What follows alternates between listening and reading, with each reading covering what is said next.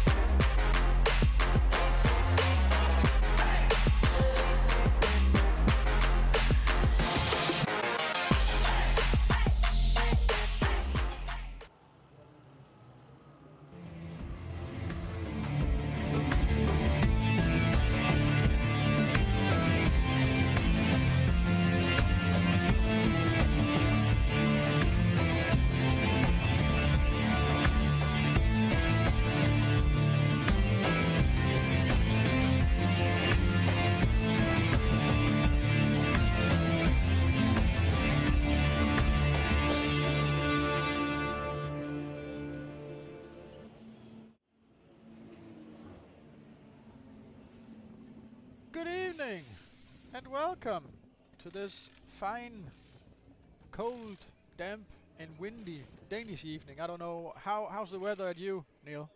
Damp and windy. Well, certainly not damp and windy here. It was definitely cold. I think it was 0 when I left the flat this morning to go to work. Ew. Yeah, it was fun. Well, it seems Nick Newcomb's on the server in the GT3 class. Rasmus Andreasen is in here in the GTE class, and the rest of the guys seem to be on the wet server testing rain or rainy weather. Testing rain, of course. DGTS car on here now as well. Yep.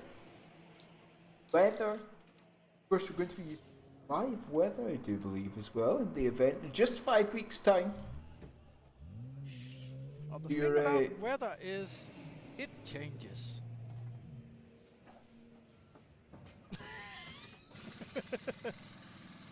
Just 5 weeks until the big event, Peter. Oh, yes. I found you've got no free time at all at the moment. We are busy as, bees in a beehive, trying to sort out the last details and planning and all the last tiny little things. I can tell you that we now have 5 commentators in English signed on. Hopefully, yes. Hopefully, we'll waiting have for one more. We've definitely got 4. We definitely got 4, but I'm pretty sure that we'll have 5. Yeah.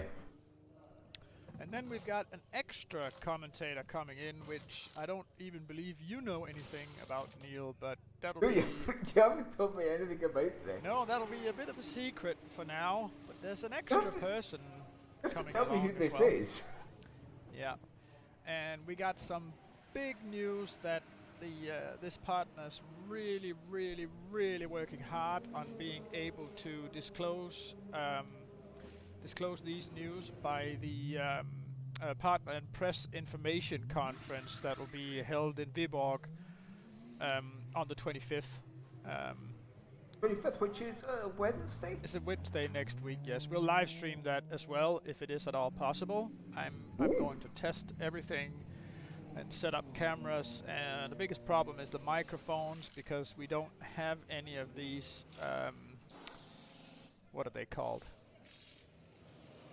Like radio mics. Yeah, the ones to put, like Bluetooth wireless to put on your, radio mics, collar. yeah. We don't have any of those. I have an excellent studio compressor microphone, though, that's able to pick up.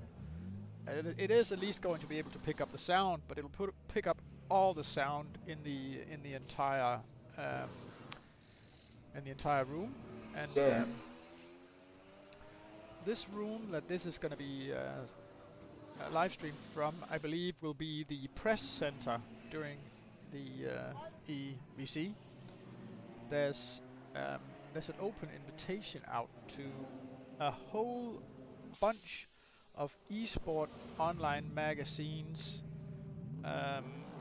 news sites, everything. I must say, it's not really very thought out to have these parentheses in the name of a driver. I'm sorry, but that's why it can't figure out the name of this car. It is the DGTS LMP2 car that's on screen, but parentheses is reserved characters in like nearly every programming language in the world. Undefined is my favourite driver.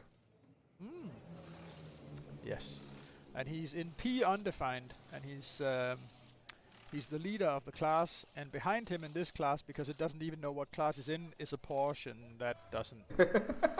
That's close enough. It's fine. Does not compute.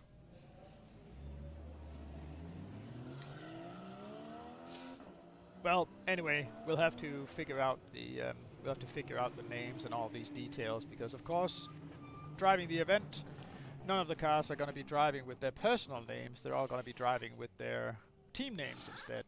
So we just have to guess which person is driving it of the people that we've never seen before. No, we will not, because that's all going to be managed through Simutils. Lovely. So you put in the name of the active driver in Simutils, and then the live timing and everything pulls out the active driver from that. Oh, lovely. Yes. You will have complete control and complete information. We've just set up today the RTMP server for onboard streaming from your sim rig. So last year, for the teams to have their onboard images from the that's not nice.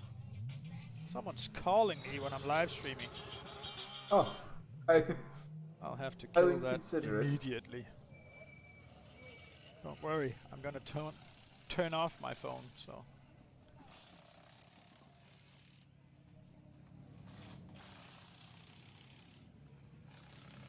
yeah, the solution for the streaming of the like teams really want their onboard pictures to go to the pit garage, so that the guys in the pits can see who's where the car is on track and what they're doing. Yeah. Last year we had a deal with a company that was able to, with some piece of hardware, to relay the image to a second screen. Yes. It was cumbersome. The image formats weren't correct, especially for the people running triple screens. It was horrible. So I looked into and tried to figure out what was possible and what we can do and how we can do it with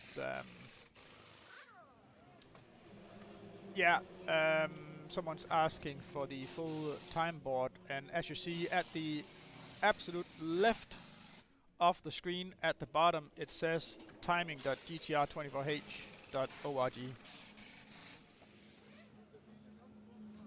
Yes, it's Mr. Undefined. Yeah, that's because they put parentheses in their name, and that's reserved language or reserved character in nearly every programming language. So when you try to manipulate a string with parentheses in, it has to be escaped and unescaped before showing. And yeah, since parentheses is not allowed in team names during the event, I don't really want to waste my time to try and make like corrections for this. There's already it's already catching the error and not crashing the timing, so that's a good thing. Thanks, Archie Floyd's now following. Thank you for the follow. Yeah, we set up a local RTMP server instead, so that people can stream from a webcam or their direct stream from the race PC to this RTMP server. And there'll then be an RTMP link where you can pull that stream off, and I've tested today, and on a local network you can get the delay down to about a second, just about a second. That's pretty good, actually, isn't it? Yeah, it shouldn't really matter. Like, what you want to make sure is that the guy comes into the pits when you tell him to get to the pits. So That is generally helpful. yeah, and trying to, you know, help the guy spot, like, if you can see his rear view mirrors, you can tell him which side of the car there's another car on and stuff like that. And that'll, yeah, the delay should be small enough that should still be possible. So yes, like what Peter And of course, said, Neil, we will use it in the live stream as well, because what we will be able to do is pull that RTMP stream back into the live stream here, so we can go on board with the various cars. lovely. Yes. Like what Peter said, we do have 4 confirmed English commentators. Hopefully, we can make it 5 this evening. I'm just waiting for a confirmation from one of them. But yes, 5, and then a mystery one who I don't know who they are. Because Peter and John haven't told me yet. But yes, hopefully we can have 6 for the race, and hopefully as well that we'll have around the clock commentary as well for all 24 hours. Yes, surely we will.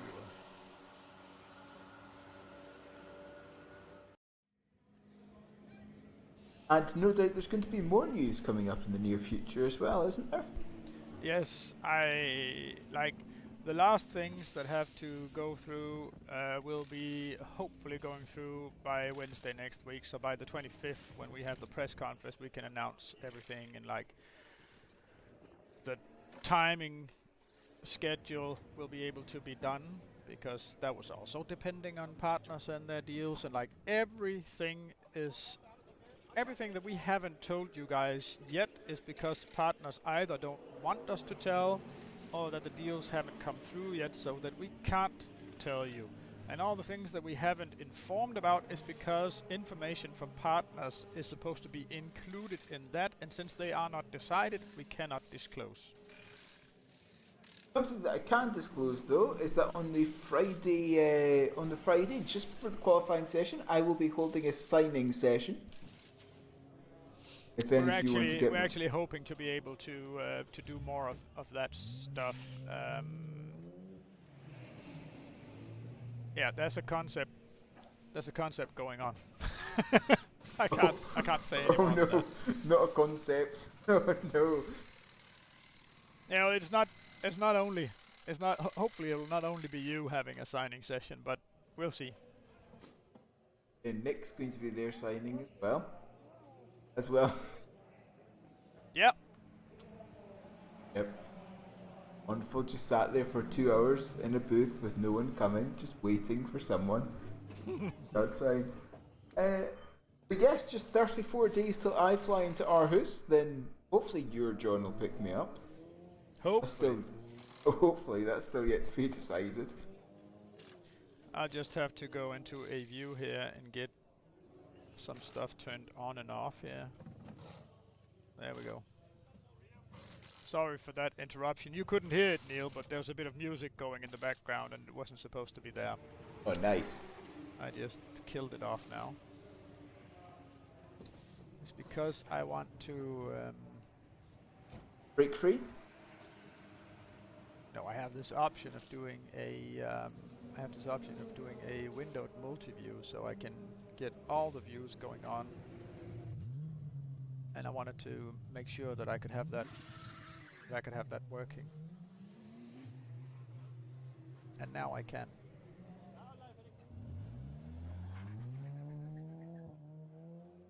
So that is indeed nice.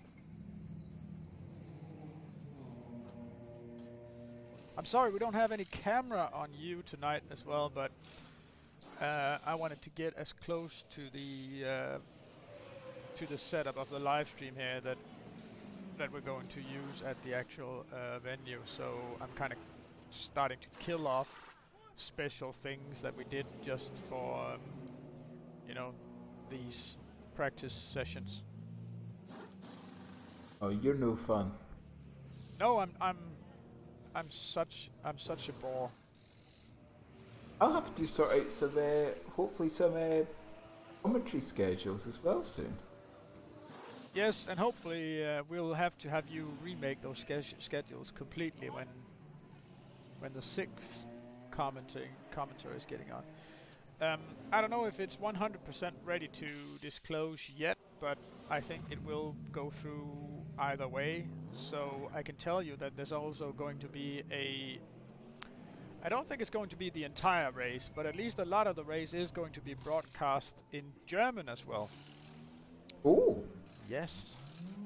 And that's going to be done by our old and very, very good friend Lutz Enger from, many will know this guy from SimRacing, simrace.tv and simracing.org. Lovely. Yes, he is an absolute master on live streaming as well. He does video work professionally. Oh, yet another one of these people who stole my artistic abilities. Maybe Neil, I don't know.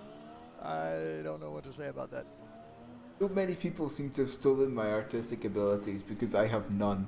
Okay. Therefore, it's been released That's to the sim racing, to sim racing community.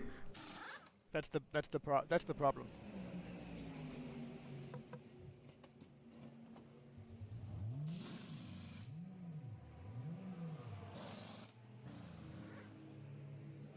Okay, so if I go into studio mode now, I should be able to make a duplicate of this view, and then I should actually be able to start editing this view as well without you guys seeing what I'm doing. So I should actually be able to edit this while we are watching guys racing on the stream, which is amazing.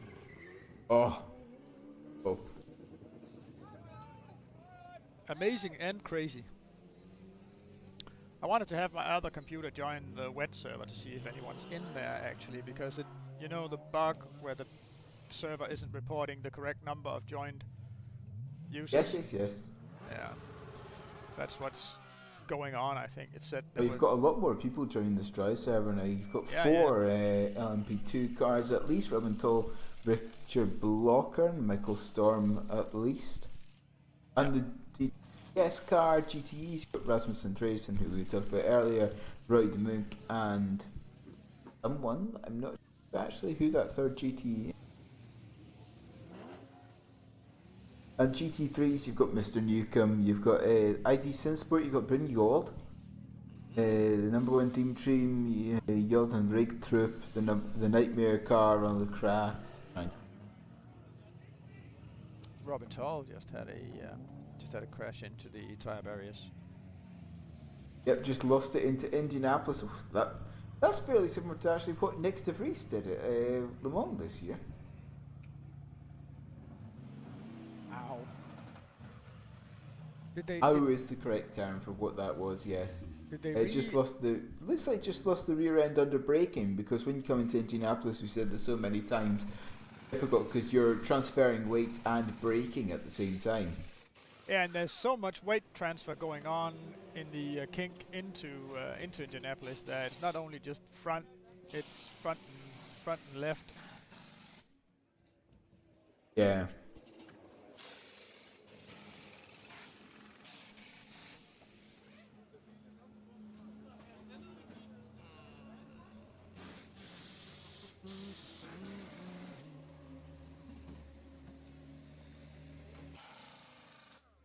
Bring you gold.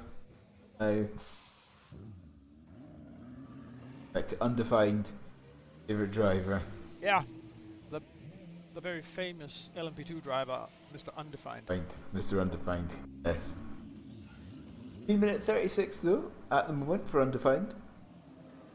Brady Monk's gone off in sector 3 somewhere, and that is from Arnage across the start-finish line. And that lap Just time after puts, Arnage, and that isn't it? lap time actually puts him in P Undefined. Oh, beautiful.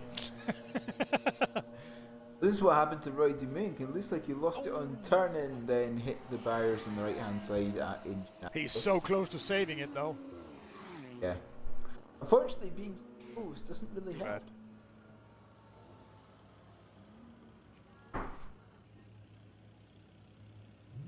Yes, once we get the commentators confirmed, we should probably write a little article about that.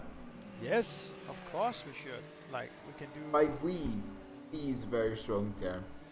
I. It's actually I more should probably write an article about that. I should write an article on that. I should probably write up some words about that, yeah.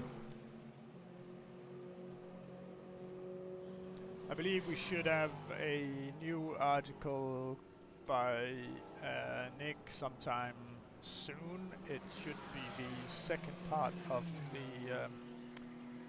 the story on the real racing drivers at the EEWC. And the other article, drivers? yeah, the other article from that you did from last week was a huge success. That was a really good write-up. Everything I do is a huge success, Peter. Okay, I'm really happy we have you on board then.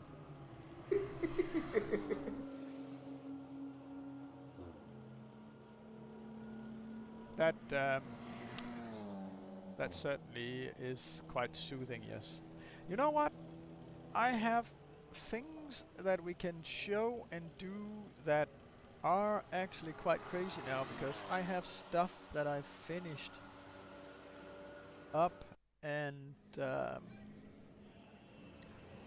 now I can actually show you my screen, because screen capture on many devices is just such a wonderful thing. And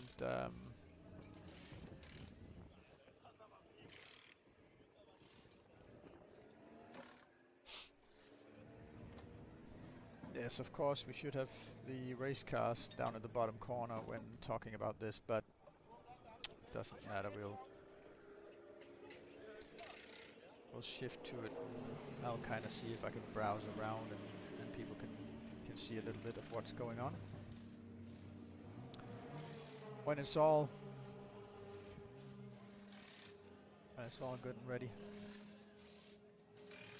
When I'm done setting this up. You know what we should do, Neil? What should we do? We should switch to a commercial break, because it's 3 minutes past, and we really should do what our partners, what we promise our partners, and do these commercial breaks every half an hour. So yeah, we'll be right back right after this.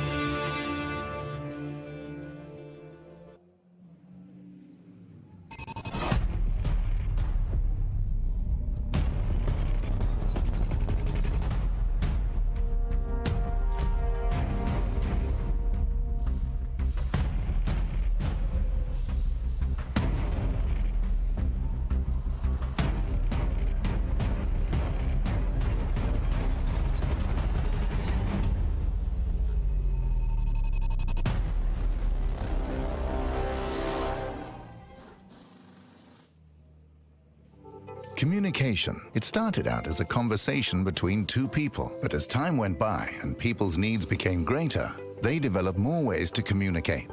Businesses today need to minimize incomplete connections. Therefore, it is critical that they provide optimal service. Xilinx desktop, mobile and web applications can process everything from normal calls and callbacks to chats, emails, and social media inquiries. Let Xilinx liberate your business.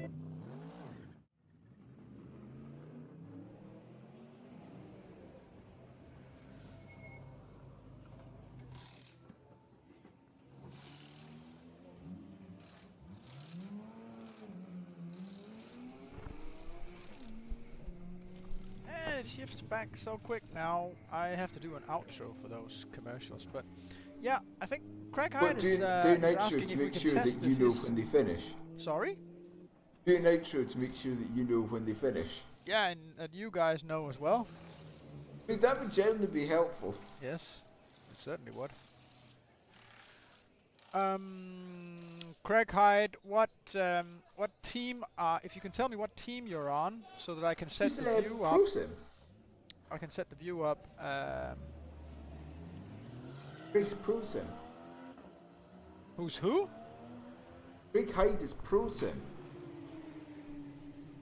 Okay, so he would be streaming to the ProSim channel then. Perhaps. Yeah, I'll check it.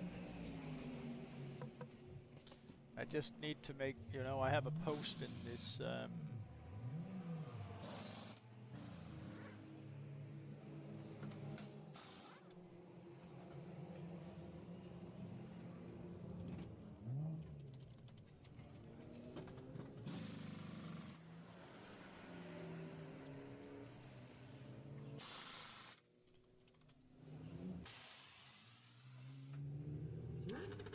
I'm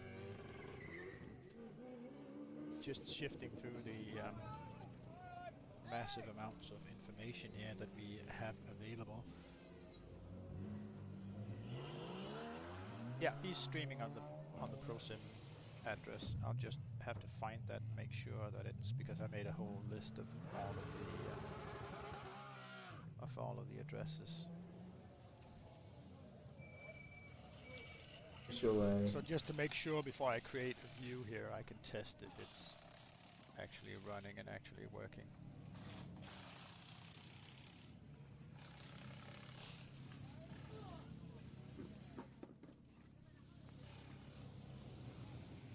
But I guess if he's able to stream at all, even then of course it is. Yeah, it is working.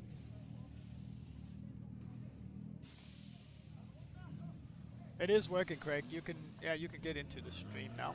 I'll set up your view then, and we'll shift to you in just a couple of minutes. Yeah, that'll be good to see. Yeah, he has, like, I can tell you already, if the guys haven't followed us since the Spa race and seen Craig's rig, you'll be quite surprised to see what's going on here. That, like, this is a proper mad sim rig.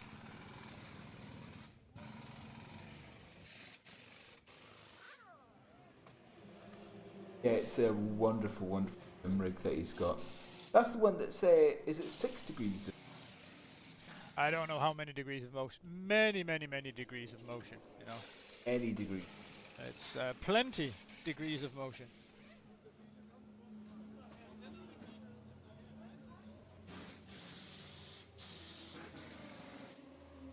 It's supposed to be 4 degrees warmer tomorrow here than it was today. That's at least comforting to know. Yes. It might actually be more than 1 digit when I leave that tomorrow. Oh, I have to remember this, because all the naming in this, of course, has to be absolutely correct in order for me to even, like, be able to remember. Like, this is the setup that we're gonna progress to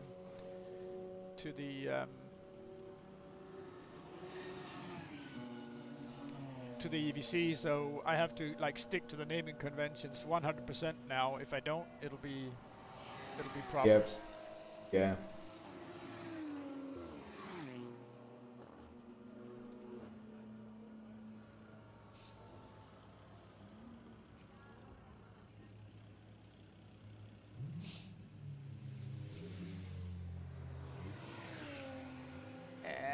right off the bat, it doesn't seem that it really wants to load the view when it's not in view. Did I somehow set this to stop when not yeah, I set it to stop when not visible. Okay. So in order to test it, I'll have to set it to always on. Or can I even test it? Yeah, now I can test it. I set it up. Okay. Great.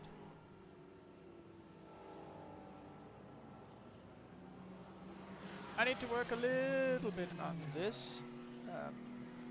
If you can entertain the people while I mess around here, that would be great. Can I entertain the people? That's a very good question. Of course, just 5 weeks until. Excuse me, just 5 weeks until the EEWC held in Denmark, and of course, all of us kind of busy trying to sort that out. And there are quite a few bits of big-ish news, I would say, rather, that is due to be released, hopefully. 2 weeks, and some of it is very, very exciting. But yes, like I say, hopefully we're going to have 24-hour coverage of the race by 2 or more commentators the whole time. That's something that I have to work on soon, is the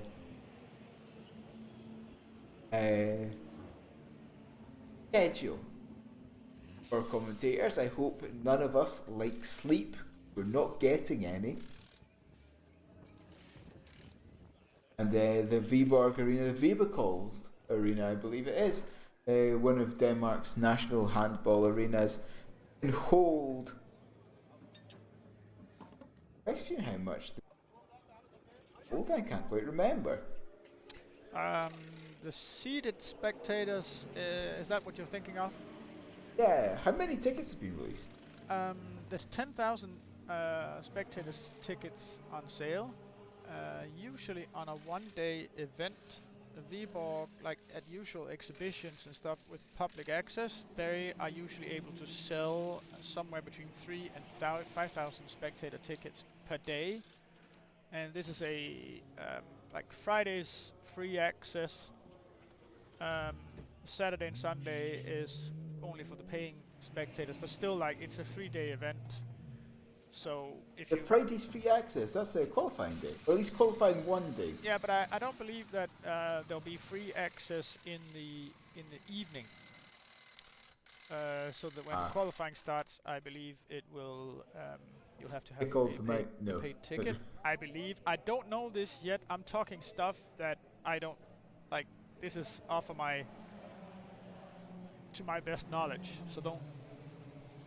It's probably going to be like that. I'll say it like that.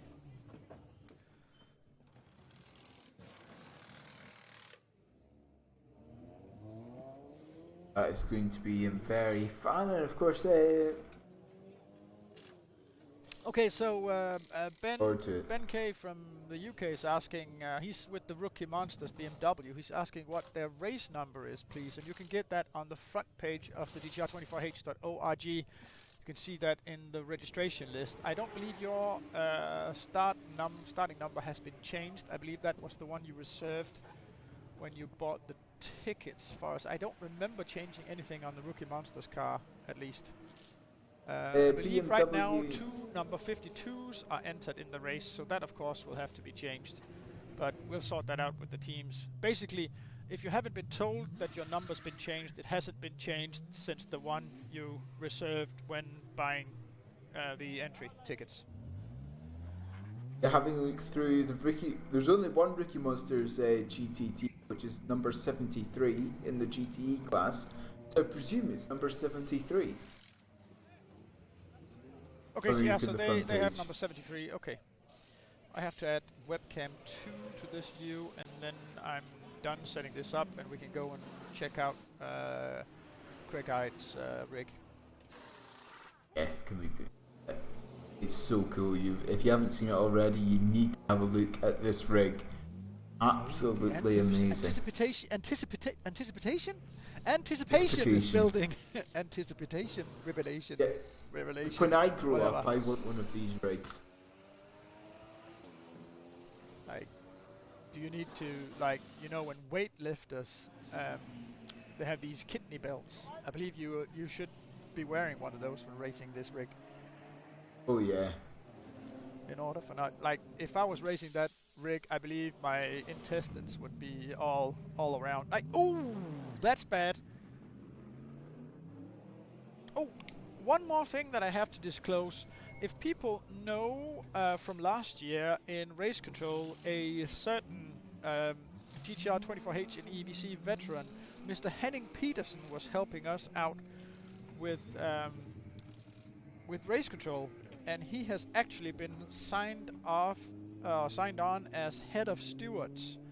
So Head of stewards. yeah, he's basically responsible for correcting the last bits and pieces of the rules and making those adhere to basically the way he wants cars to behave and drive during the event. He will also be the guy presenting the rules in a driver's briefing. First driver briefing will be held immediately prior to the qualifying one session, I believe. But that also, Of course, again, like, all of the planning and timing schedules still depend on the last partners signing on. So yes, and of course, we all know that sometimes you're angry at the race director, you know, if a decision doesn't go your way, or at least the stewarding team. This way you can go and berate them in real life. yeah, well, don't try and mess with Henning, because he's just, yeah, he's good at what he does and very just, and generally a very nice guy. But you definitely don't want to anger him, because yeah, then it'll only be worse for yourself, I believe. Otherwise, oh no, an accidental add weight plus 255 in the braking zone of Indianapolis. Oh no, what a shame. I can't believe that would have happened. Yeah, I believe I saw you just completely missing that breaking point. I wonder why. Why did that? You started turning like it's the Titanic. What? Okay, let's try and change this view now. Like, it might show great, Ben, cool. It might show the EVC poster when we switch to this, and then it'll update, and then you'll see the rig in the background. He's not in the rig right now. This is sort of his pause screen, but I'll show you now.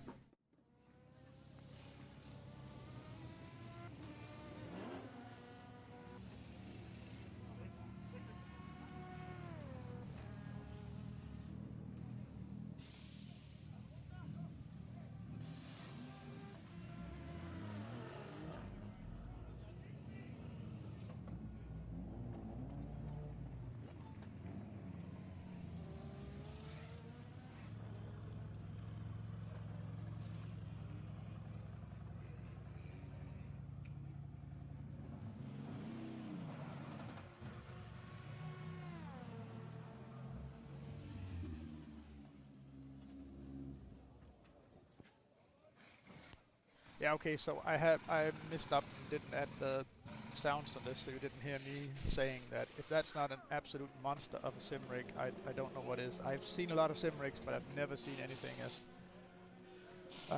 monstrous and yeah, that's just crazy. I'll add Neil in as well.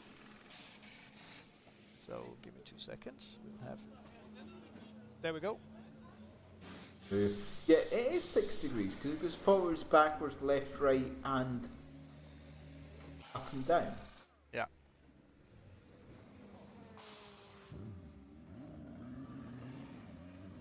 The thing I don't understand, like, on the left side towards us, what we're seeing here, he's got 2 actuators that are coming up to the same attachment point on the rig itself. Like, shouldn't a setup like that be able to be done with just 3 actuators?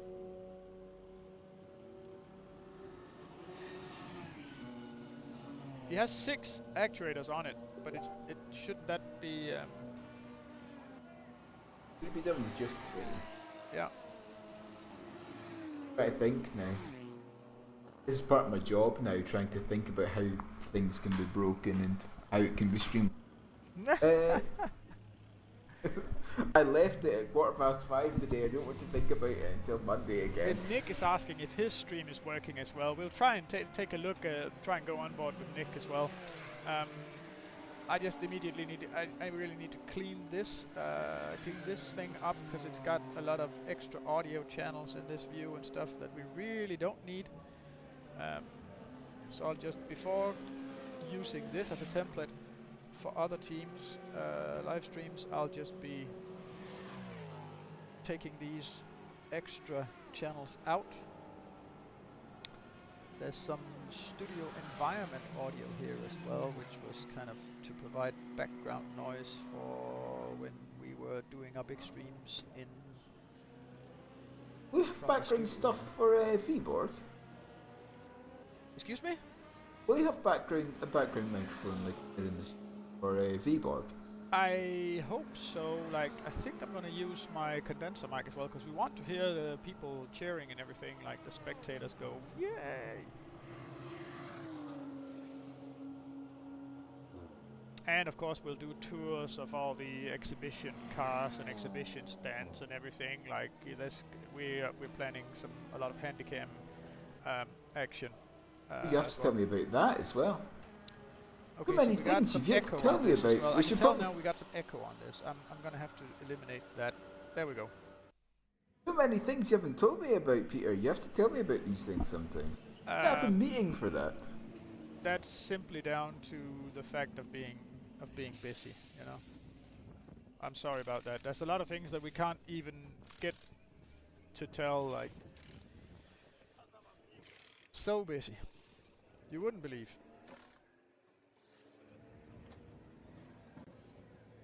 I'll go to studio mode here and use that chance to duplicate this view. And we'll try and get Nick on here.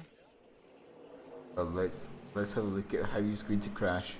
I mean, let's have a look at how good he's driving.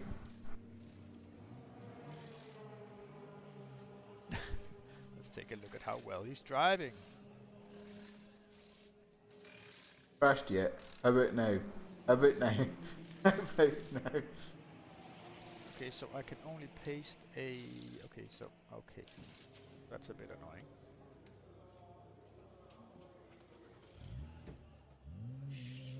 Okay, there's a lot of... No Senna on the server. Disaster.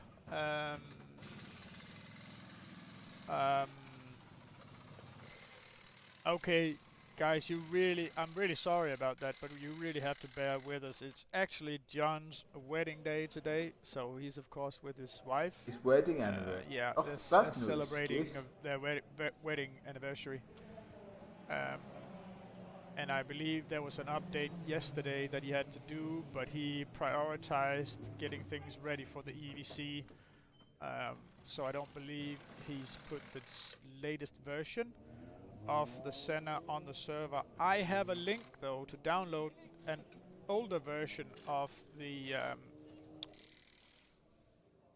I don't believe he should be on it and sorting it out, but I have links to the older files of the Senna that you can get and then put those in your installed driver, and then you can drive the 1.2 version, I think it is. I'll provide that link shortly. So that we can leave John out of this, because he really doesn't need to be bothered tonight.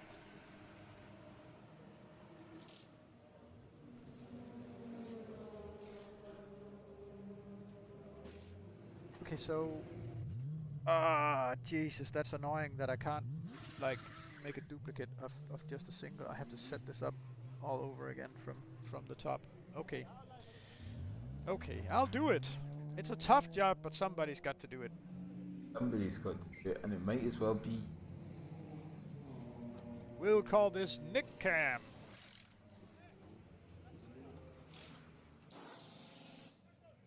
We have an actual Nick Cam now, just so you know, Neil. What?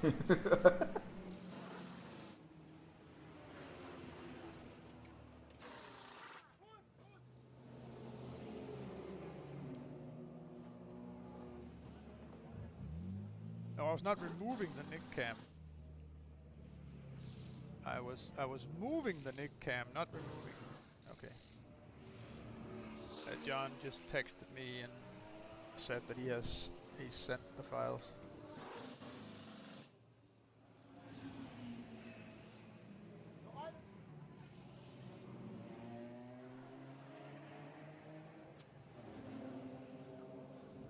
And let's, like, on the regular cam, let's go back to something more interesting than watching Craig's rig. He was supposed to get in it and race now. I think he's looking. You might be waiting to get the Senna in, because I think that's what ProSim's running, aren't they? Yeah. We'll go back to the big view here.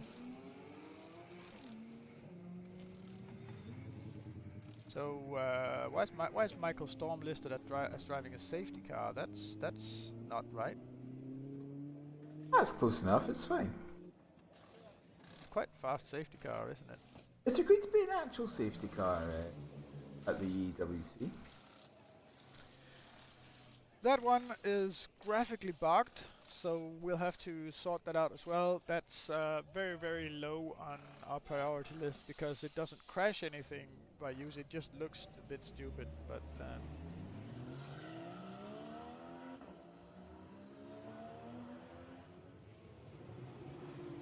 I don't believe I'm getting the Nick cam. Oh. Terrible. But of course the ProSim Craig Hyde cam is working, so the technology does work. Just go back to watch that rig, to be honest. I don't know if he pressed play on or pressed stream on his. And why isn't he in here with us? Like,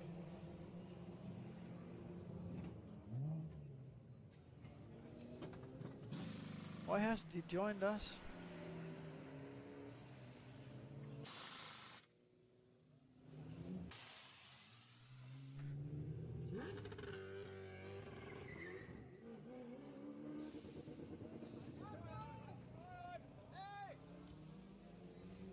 Okay, John just texted me with an explanation.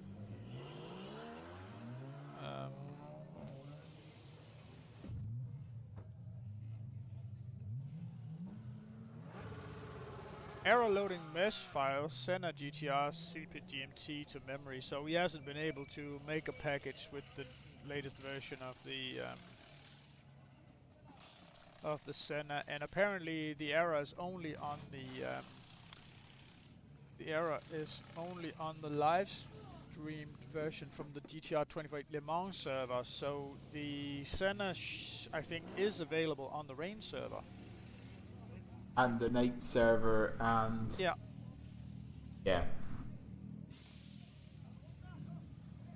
Oh, we're gonna have a crash now. We're gonna see that's a Dream Team car with buried I have to write all these names down in my big book of notes soon. Oh, AutoCam is so much crash porn, you know. Oh yeah. Yep, just too much over the curbs.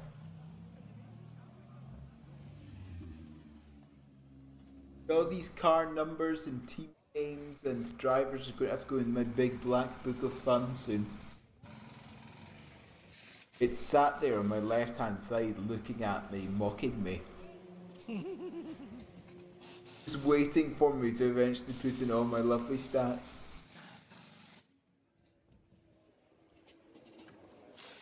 I don't think I need to draw a track map for Le Mans. I'm pretty solid in what Le Mans looks like. Pretty sure I know all the corner names as well for Le Mans. I've commentated enough races there to know what it generally looks like.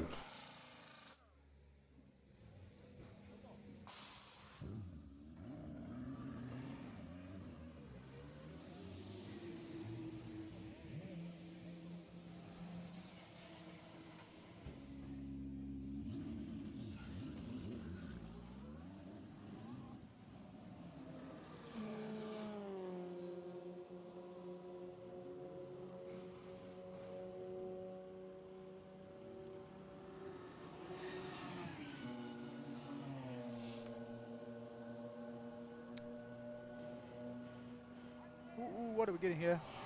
Something with 3 cars involved in it, in slow motion. Slow motion. Yes. Oh, Oh. What in the name of... Like, that isn't even funny. And they get a third car involved. Like, it looks like shenanigans between two teams that know each other and, you know, they just want to have a crack at it and push each other off. But then they get a second car involved in it because they're crashing and they don't know that that other car is doing full race stint practice. So guys, please come on. Don't do this kind of stuff. If we see this kind of stuff, you'll get a warning at the beginning and then you'll be expelled from the event. It's that simple. And that's not my choice either. That's the attitude of Henning. And Henning Petersen is he's gonna contact you and give you a private warning at the beginning, and then after that he's just gonna write your name to us and you're gonna be expelled from the event. So behave, people. I know he's going to be very, very strict on it. Because we had a situation with two teams the other day with a GTE car that it was so obvious that he took out the LMP2 car on purpose. And we just won't have it, not even during practice.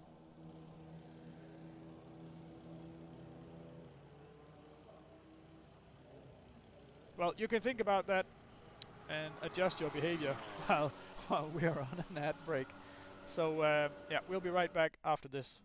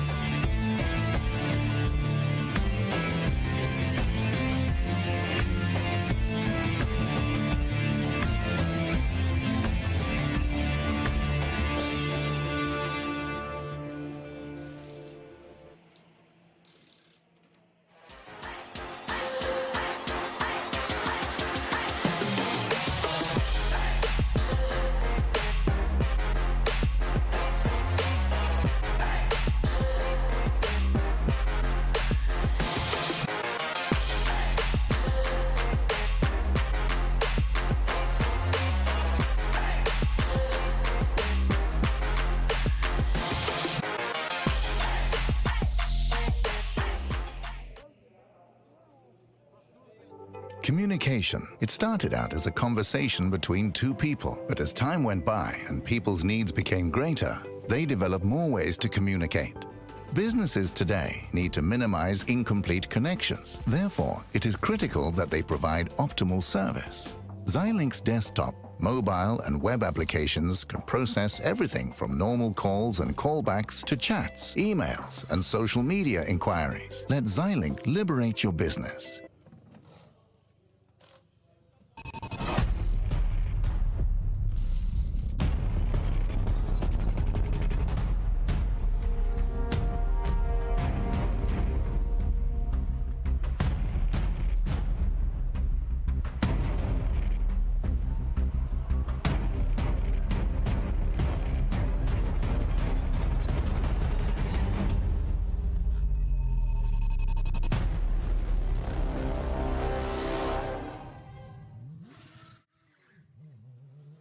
And very abruptly, we are back again. I want to take a short look at the weather setup here as well. So I'm going to change the weather view. We won't be able to hear us speaking in the beginning, but I'll add the channels in and everything. I'll tell you when we're on here.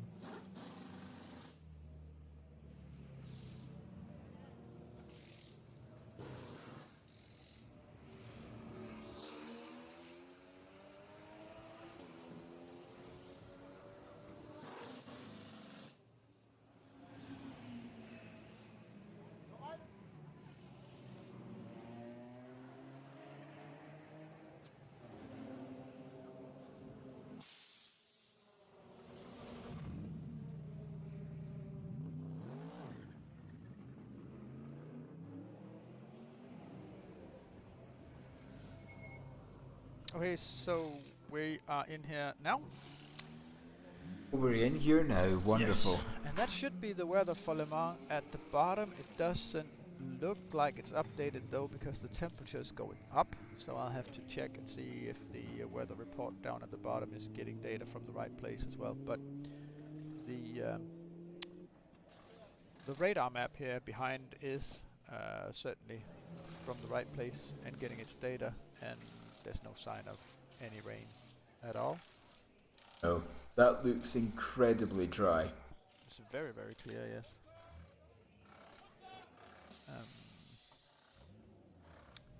Just wanted to add the right webcam here, so give me just 2 seconds and we'll have that one sorted as well.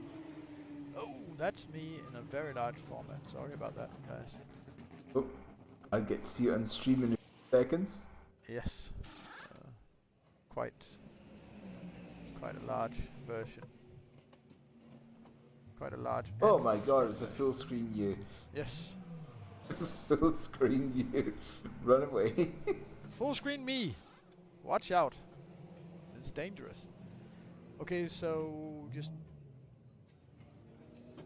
I mean, we said we're going to have commentary of live streaming for 24 hours. It's actually a lie. It's just going to be full screen of Peter for 24 hours during the race. Well, that would be me sitting here at the. That would be as boring as this is. It's just me at the production screen. Like, that's no fun at all. So weatherful is getting dead from there, and what is the overlay? Weather prognosis here is getting its view from here. So like, let's try and refresh that. Didn't help much. I don't actually know where this is pulling its information from, but maybe it's not correct.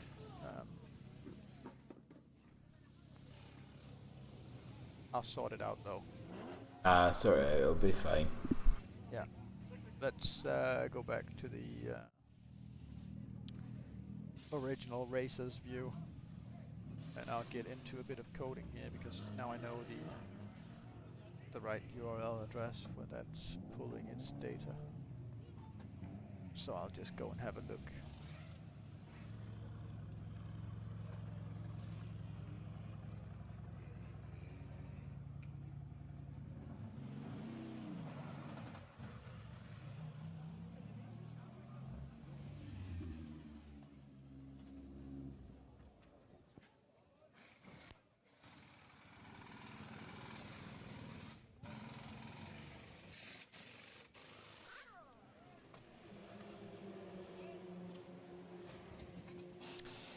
Mike Heights, thanks for the follow, mate. Really appreciate it. Oh, follow someone else. A follow. Oh.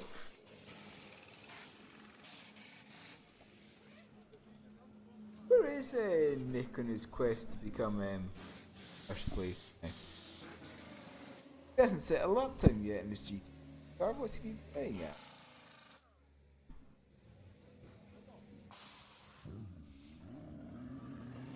Michael Storm doing something he shouldn't be doing, or why are we watching? Is he like on the other side of the fence, or okay? We didn't get to see that properly.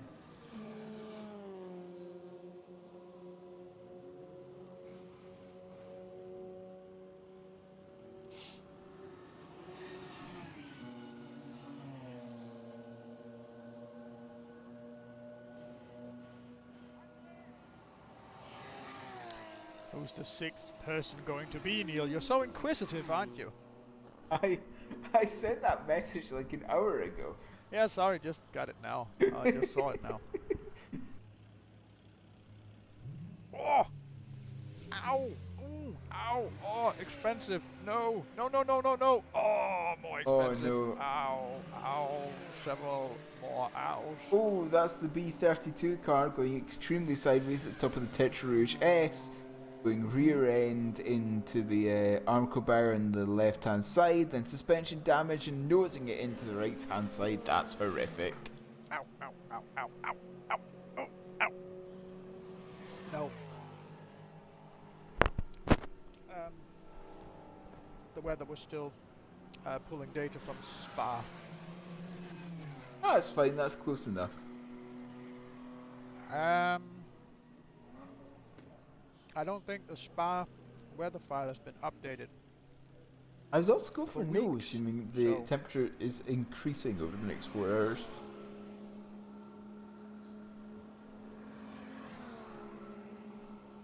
Since it's not getting the Oh, and Frank Thompson just getting loose on the exit of the final corner. since it's not getting data from the correct file, and it's not even updating, then it will be like not only wrong, it will be completely 100% off. Now it should be updated again, so let's head on over to the weather view the and Le see, Mans weather station during the race and do a Bernie Eccleston sprinkler type and just get them to throw a bucket of water over the weather station. we can do that. We'll go and have a look and see if the prognosis down at the bottom is updating. We check the temperatures and humidity and stuff like that. Yeah, It's updated now because the temperature's going down, but look at the nice weather down at Le Mans, 19 degrees. That's a good bit warmer than it is here. I was going to say it's a good bit warmer than it is here, but I'm not sure exactly how far away Le Mans is from here. You might actually be closer at this rate. No? Yeah, you're down in Germany now, right? I'm in Munich.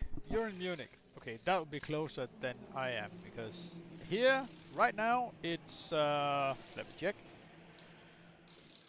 Let me do a quick checkup on this. It's 12 degrees C here, so it's about, if it's 19 down there, a good 7 degrees colder. But 19 would almost be like a cozy summer evening. Oh, it is, yeah.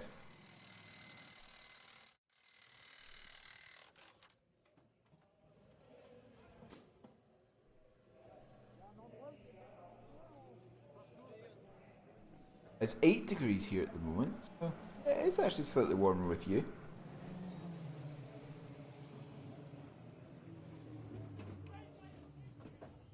Yeah, that might be part of some bigger weather system.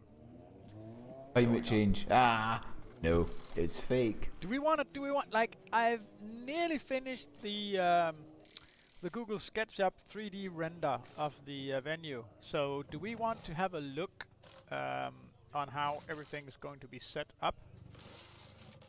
Yes, please. Is that interesting to anyone in any way? Yes. Interesting to me. It's interesting to me. Okay, let's see if our microphones and sound and everything stays on when I switch to this view. Okay, are we? Yeah, we're here. Okay. Yeah, we're still here. It seems like it, at least. Maybe instead of my webcam, maybe I should add in the live feed from the track instead. Oh, there we go. That would be a little bit better, wouldn't it? Let's do like that. Remove not interested information. And then I need to get it down to somewhere near a 19 or is it 16 by 9 format. And we can place it on top of me. Yes.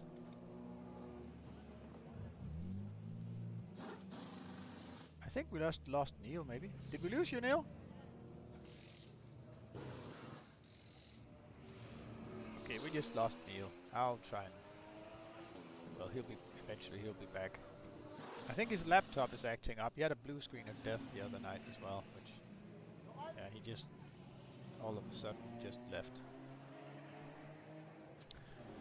Well, what you see here is the entrance to the arena, and that is as far as as I got, this will be made into an animation with all the proper things and stuff like that. I'll try to do as much of the exhibition stand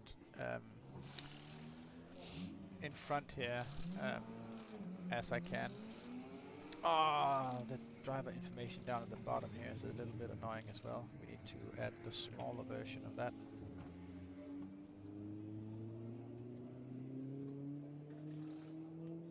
Which I think is this one. No? No, that's definitely not the one.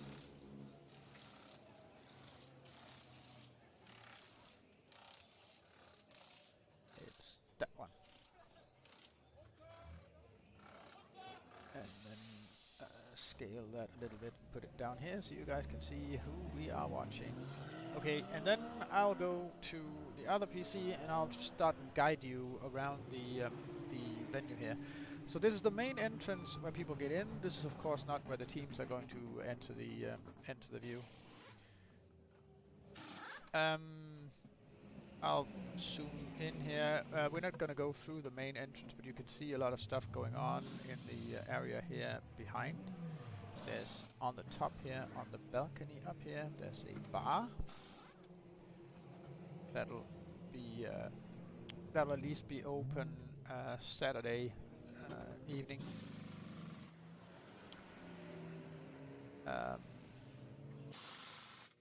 So you can go up here on the balcony and have a look out from here on the entire venue. And I'll change to this kind of view. And now you get to see, like from the balcony here, a nice view down on over all the sim rigs down here.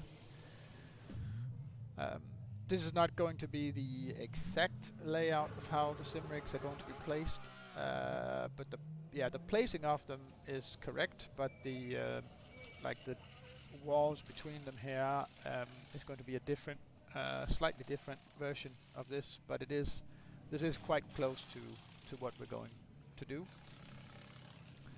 That is of course the stage up there with Nick and Neil and all our other commentators. There's going to be some exhibition stands at the back here. Behind there's going to be a thing over here on this balcony that I cannot disclose yet. We'll hopefully be able to disclose that on Wednesday. So this is the main arena, of course, with all the sim rigs, all the spectators, everything. This wall with going around the sim racing enclosure here is going to be an LED, a huge LED wall with all the partner logos on it.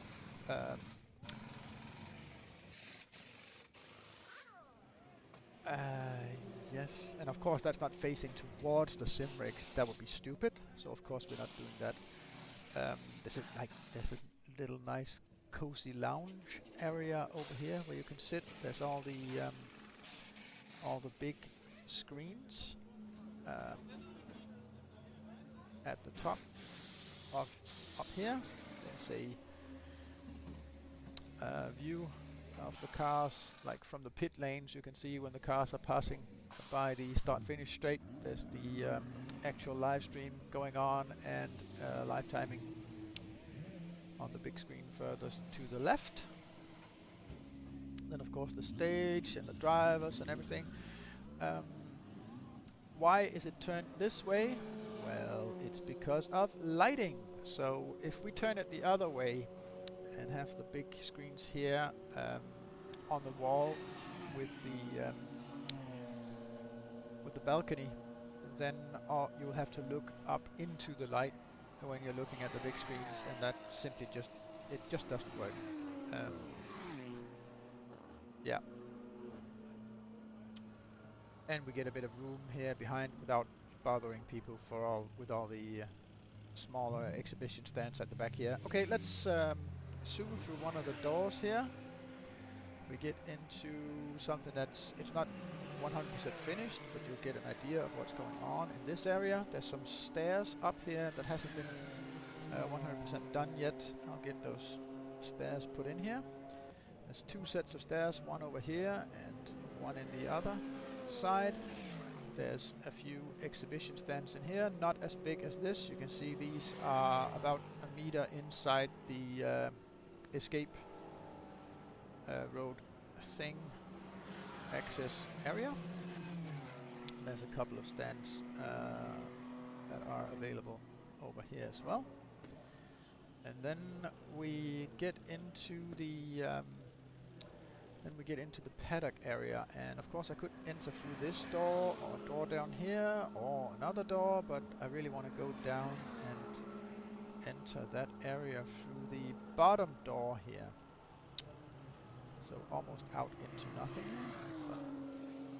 But right at our left here is one of the entrances into this, and the reason I want to do that is because I get to enter into the corner. Okay, so bathrooms and stuff like that for all the drivers and teams are going to be behind here, and over at the other corridor, opposite side of the main corridor out here, there's some bathrooms and stuff like that as well.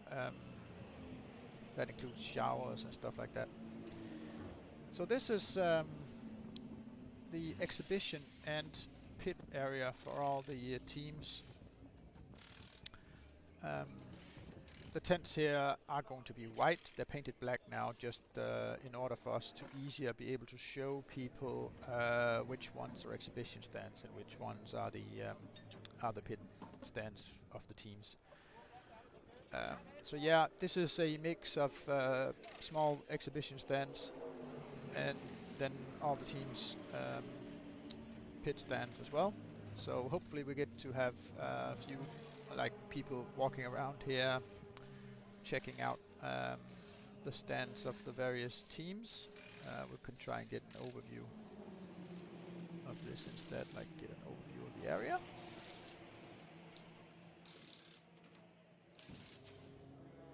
Quite packed in here with the 50 teams, and I think it's 1, 2, 3, 4, 5, 6, 14 exhibition stands in this area as well. Not entirely sure that they're going to be placed exactly like this. They might even be more intermixed with each other. This may become sort of a small scene area with a big screen of the live stream on the wall here, so that there might be some kind of small cafe thing going on here with a few chairs where people can sit and view the live stream as well. Outside of the exhibition area there's a cafeteria. So you've already seen the for participants, they've already seen the food tickets and coffee tickets, and if you have to get from this area down to the coffee or cafeteria, you walk through this corridor. So you walk through the door here, walk through the door over here as well, and then you're basically walking. Oh, sorry, it's not that door. I have to go back. Or it's not strictly straight across. It's not straight across. It's out here and then out into this corridor. And then you walk straight down into the cafeteria. So this is inside the cafeteria with all the tables and everything. And the cafeteria itself is down here. It's actually located in this area. It doesn't look like it, but that's actually where the cafeteria is, and all of this is actually open. There's no walls here, so it's a bit of a fake wall. That's actually where the cafeteria is. Big cafeteria.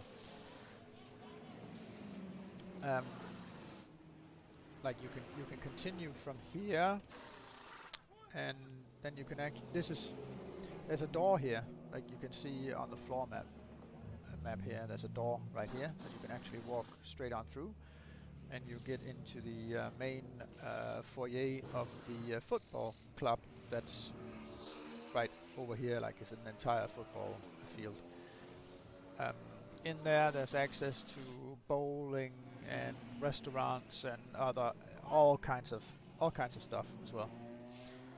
It was quite an extensive, quite a big place. out in the foyer here, there's going to be ticket checks and stuff like security, stuff like that. Might be a car or two exhibition out here. And then outside in front of the venue here is going to be a large exhibition of various sports cars. So let's turn around here. And like this entire area here in front of the arena is going to be a huge exhibition with various cars and stuff like that. So that's the big walkthrough. Let's go back to the main view again.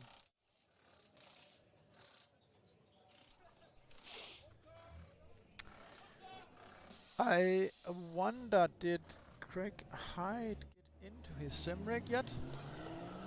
Yeah, he's driving now. So from this view we get a view from inside his VR glasses, so that's actually what he's seeing. So he isn't driving right now, he's checking a replay of something. Yeah, he's driving. Mr. Haley! You've returned. You returned from where? What happened? What's your fastest lap then? Speed of death. Ah, man, you need to sort quite- out that computer.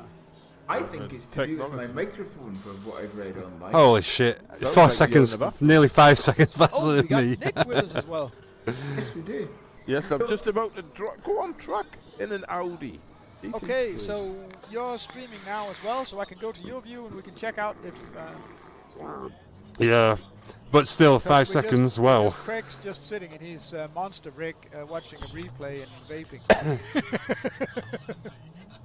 I will tell you why I sound I'm like streaming. I'll tell you why I sound like I'm in a bathroom, Nick. Because you are. It's because not at the moment. It's because I'm in. It's because I'm in my new place now. I've moved here, Yes. By the sea. not quite by the sea, No, I know. but it's got.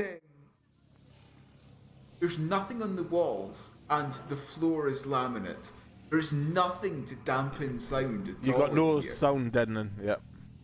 I should when my paycheck comes in at the end of this month, I should probably buy some sound. You should. something Rock just wool or absorb something. some sound.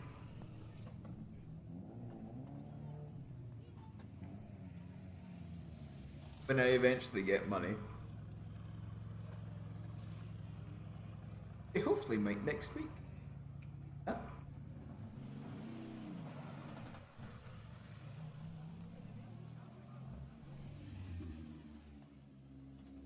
Is the stream working, Peter? Is it? I can't... I'm not getting any... I'm not getting an image. Okay. Well, I'll have to have a look. So you are streaming to the address I sent you. Like Yeah, well, I'll the have another look. /Nick one. Yep. Hit it with a hammer. Okay, because it's working for Craig Hyde, so it should definitely be working. Okay, okay. Like I can because it's the same address that I'm pulling the view off, so I can copy what address I'm picking it up on here. Okay, and I then. can That'll send do. that. I can send Yeah. it to you.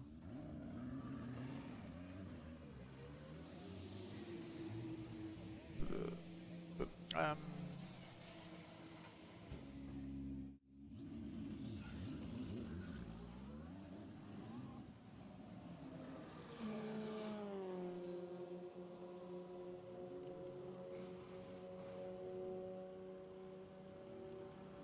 that's the exact one, Nick.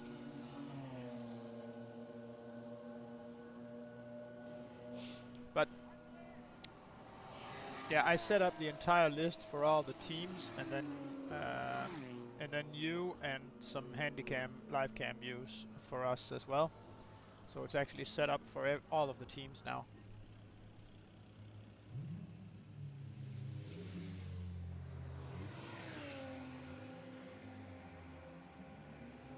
Neil, did you get to see the presentation of the setup? Or your Presentation computer of the just setup. completely died.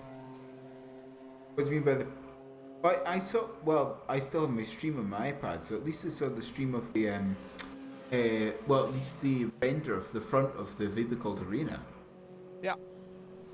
Yeah, looks really. I heard about how eventually you're going to have little stands and Yes. exhibitions in the front. Yes. And then we had a walk around of the inside as well. Check that, Peter. Is that working? I'll check it again.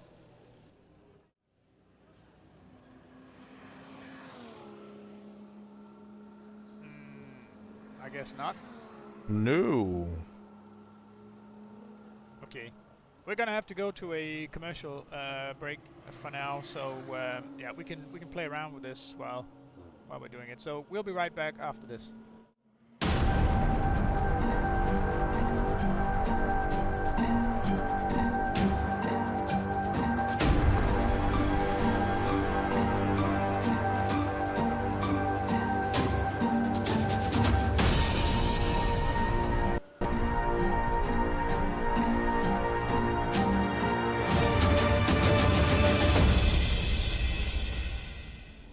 Communication. It started out as a conversation between two people, but as time went by and people's needs became greater, they developed more ways to communicate. Businesses today need to minimize incomplete connections. Therefore, it is critical that they provide optimal service. Xilinx desktop, mobile, and web applications can process everything from normal calls and callbacks to chats, emails, and social media inquiries. Let Xilinx liberate your business.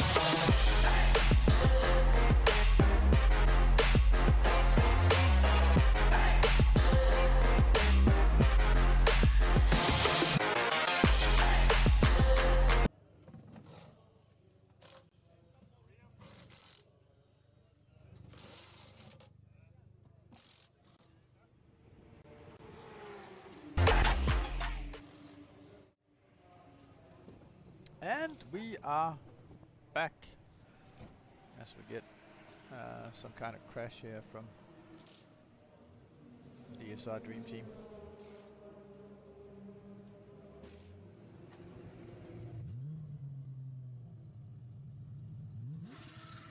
Have you crashed yet, Nick? I'm having a look at the streaming side of it. I'm fine. I don't crash often. I don't crash that often. I don't crash. There's a long gap between I don't crash and often. Exactly. with a long gap between it. Yes, there is long gaps between my crashes. But when I crash, they are of a spectacular kind. Always spectacular. When you crash, you do it properly. Yes.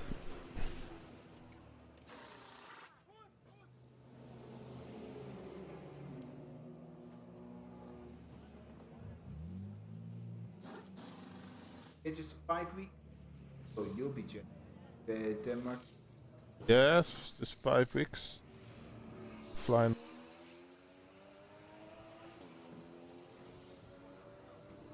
It's coming back in game. Oh, how have I managed that? That's incredible. Somehow I've managed to put microphone mute and sound mute on the button on TeamSpeak. Why has that happened?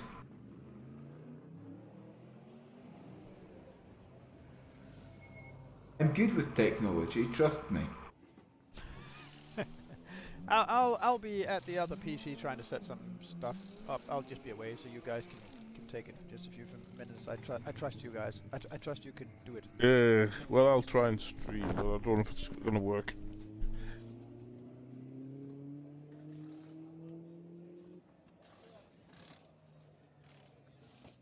So yes, just 5 weeks until the EE.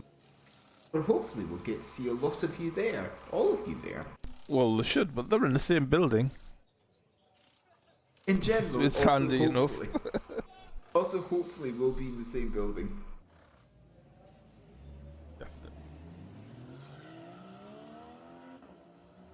And I'll be catching up with guys that I met last year for the first time as well, so that's all good.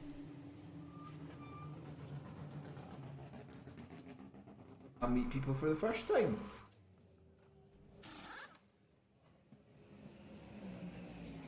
Right, let's...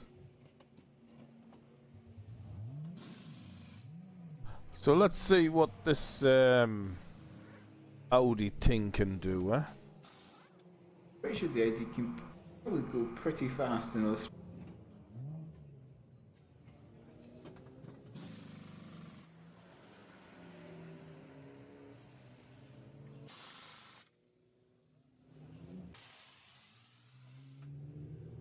Something that I did already announce in the stream, Nick, is on the Friday morning, on the Friday just before qualifying one at least, we're going to be holding a 2-hour signing session. I can't write, you bastard. I never got that far. Never got that far in school.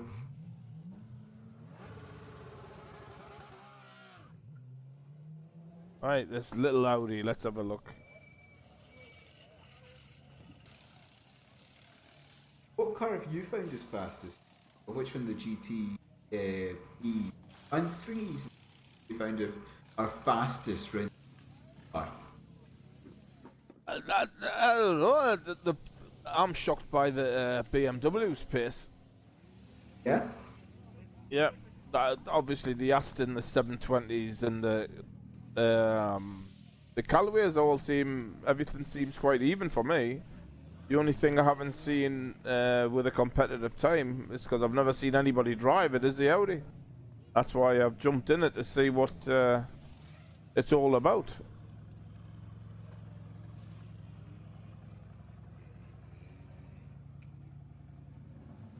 It would be. I'm not sure if any team has actually picked it. R8LMS, isn't it that?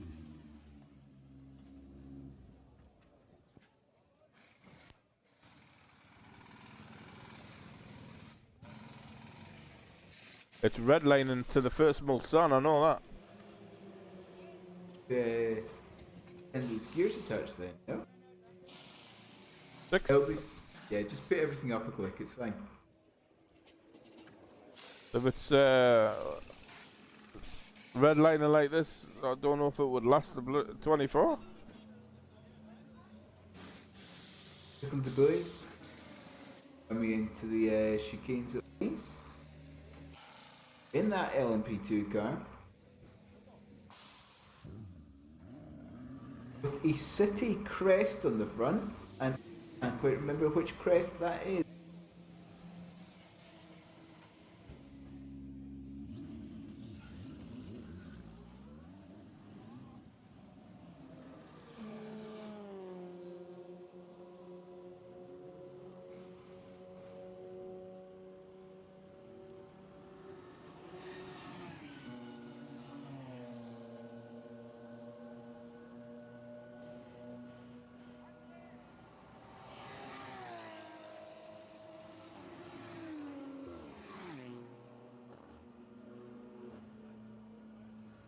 Hoist again coming in towards the first Mulsanne chicane, right left.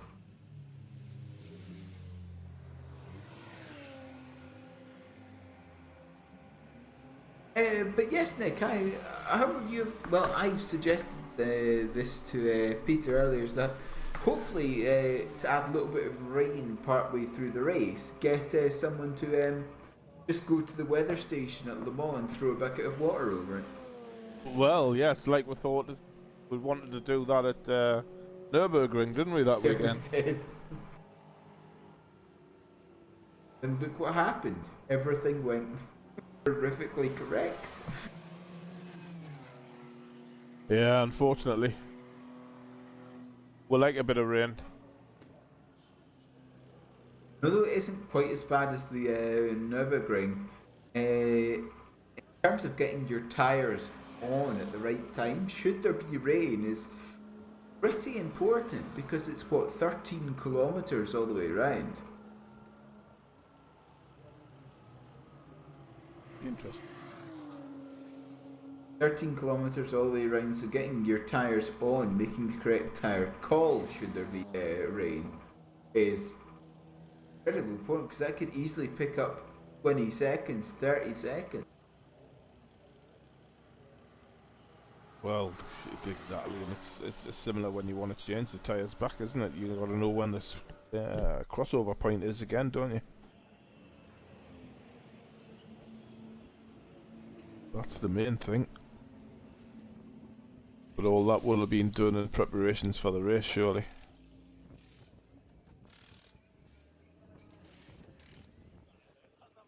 This is something that you hope at least they'll see, they'll test.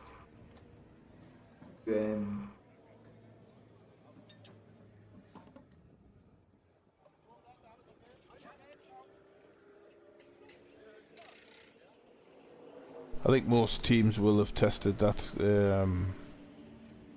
Obviously, the different percentages of wet offline and online and stuff, and then know when the crossover point is to go back on the slicks, or when it's time to go on to the wet tyres or intermediates. If I think it's LMP2. Yeah. Have to check to see if the hypercars has them as well, because obviously GTE and GT3 is just soft, medium, hard, and rain tyres.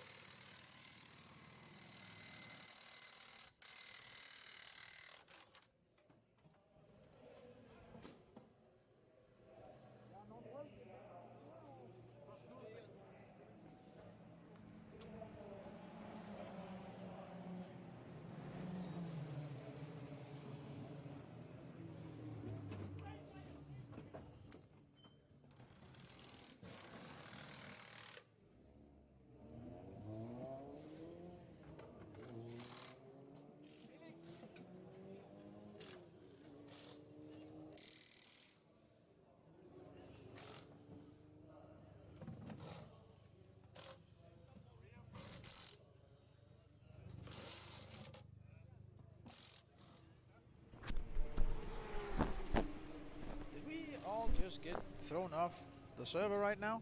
Yes. Yes, we did, Peter. I was going through Porsche curves, and suddenly I hacked the desktop. Aw. Suddenly you were not going through the Porsche curves. Okay. I thought it was me. No, because I was just browsing through and getting my second PC to join the server, so maybe I could try and race a bit or something like You that. broke it. Oh, Yeah. you broke it. You broke it. And then there certainly wasn't any server available, so I was thinking maybe why don't I have it in the list? And then I look over here on the live And stream. it's gone. Everything's gone. I checked, and Le Mans dries up. That's all. Yeah.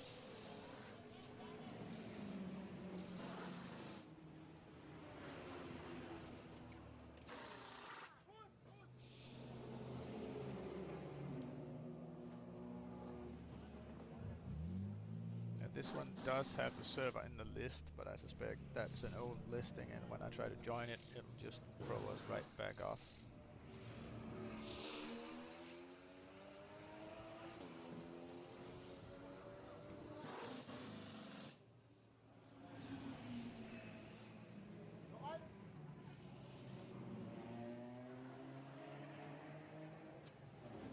Attempting direct connect.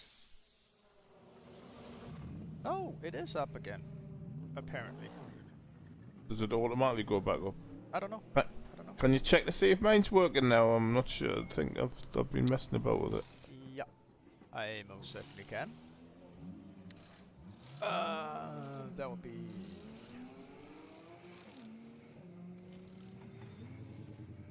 See my desktop and that with my... Yeah. 2 seconds.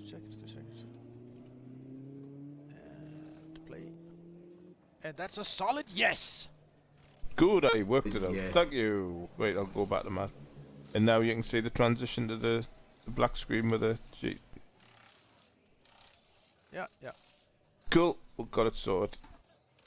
Because I still had my stream key in from my normal stream. So that was the reason. Yep. Okay, so there's already other guys on the server as well. Cool, so it's all back up. Get back in there. Yeah. Oh, now there's this team viewer sign in the middle of everything. So God damn. Thanks for putting that in there, team viewer. Wonderful. Yeah, well, it's quicker to walk.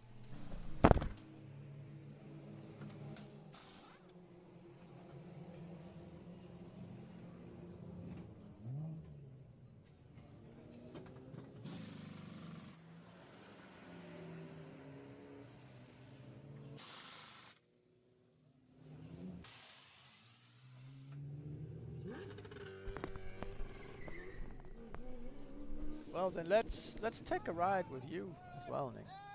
Now that we can. I get in. I don't think the Audi's engine wouldn't last long. Because it's just rattling on the rev limiter from a quarter of the way down Mulsar. That doesn't sound very good. No, promising. Not promising. So I'll switch back to the Corvette. It's a bit, it's a bit nice balance in the car, but it's not healthy.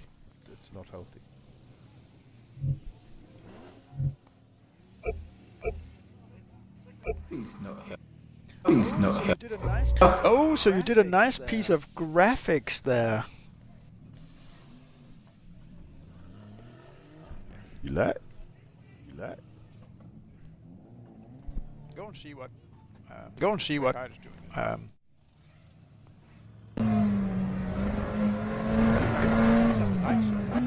Yeah, I said, well, he must be doing the night drive. So you've got 2 views on VR.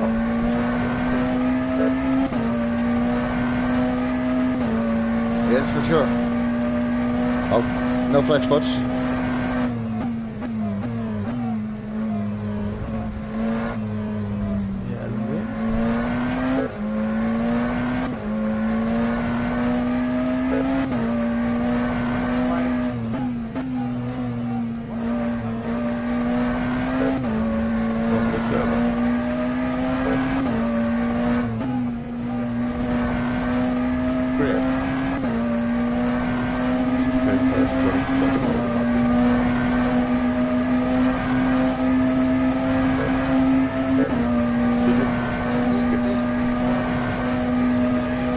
I think the gearbox is better now. Audio device.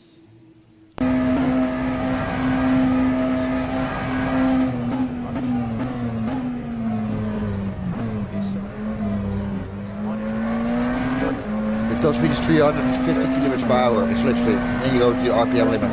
So, yeah, 50 kilometers per hour over for till the limit. Actually getting audio from him. good for slipstream. I was just wasn't monitoring it, so I couldn't hear it. But it's Rudy and Craig discussing sort of setup stuff, Power in all the gears. and it was actually quite loud.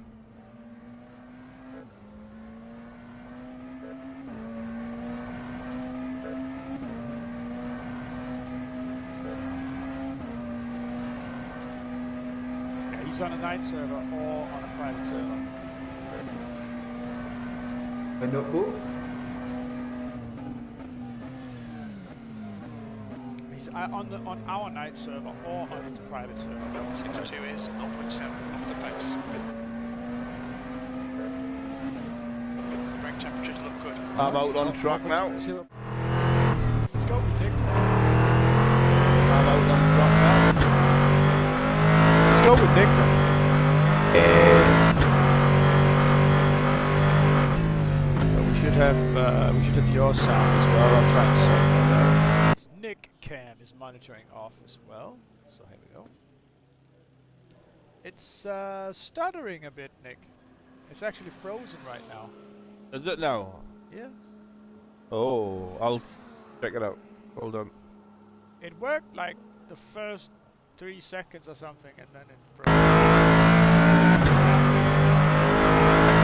Audio properties. Nick Cam's monitoring off as well. It's stuttering a bit, Nick.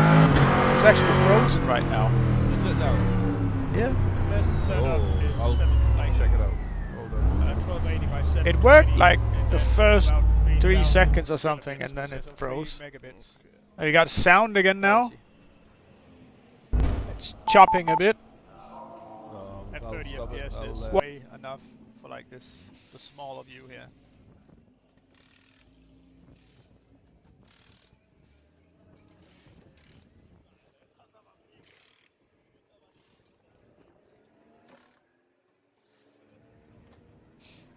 Well, I have to set these views up for all of the teams, and then we get to have like little name tags with like their sponsors and stuff like that.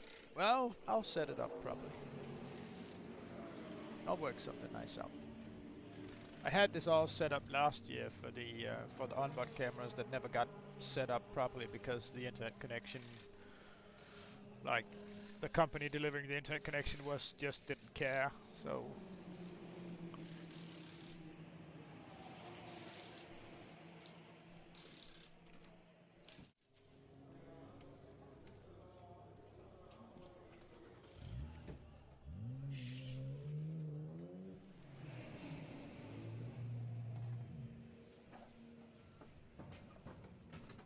Not going its normal green, like.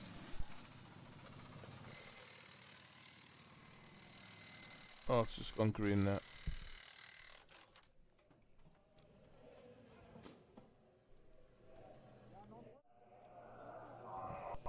Try that, Peter. Yep. We are looking. There's no image coming through though. Right, try that, Peter. Yep. There we go. There we go. Is it alright now? Yep. Alright now. Cool. I'm getting all your microphone and audio and everything. Cool. Rebounding. Beating myself. Echo.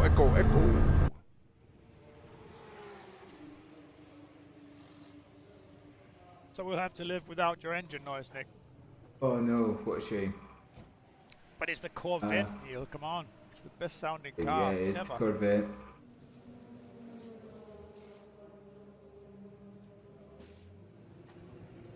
Look at him going around in VR, missing his apexies. Apici. Apici. Apices. You love hitting that apex. The apex, baby.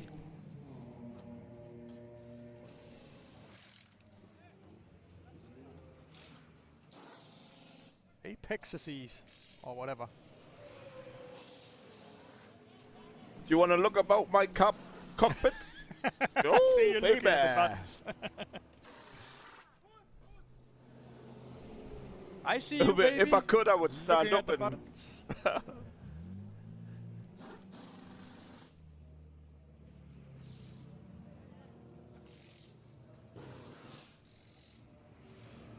$286, right? Yeah, something like that.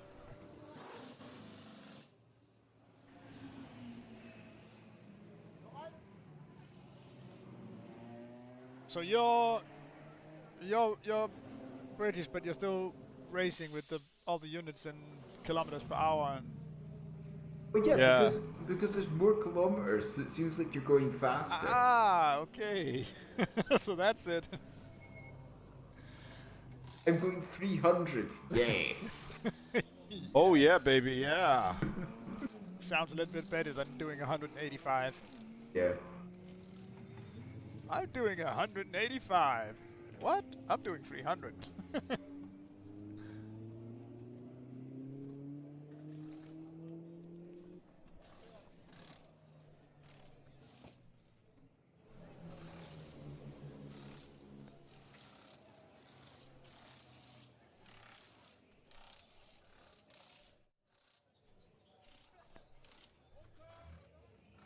Yeah, it's a different experience now.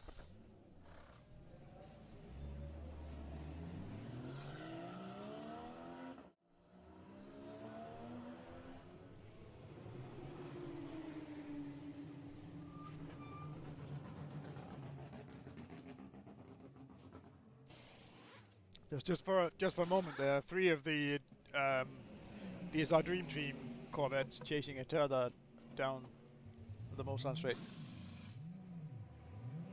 Getting as much slipstream as possible.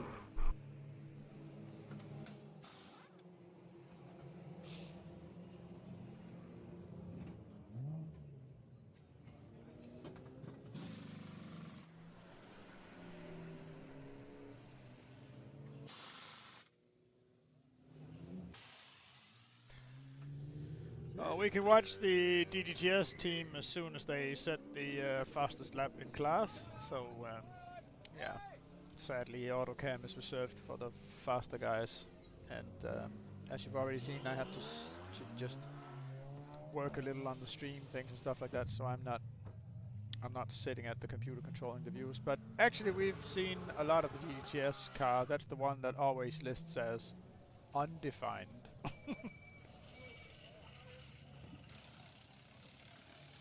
Is someone in the Twitch stream speaking a horrible, horrible language? Yeah. And then English. switch to English, because maybe then people understand what's going on.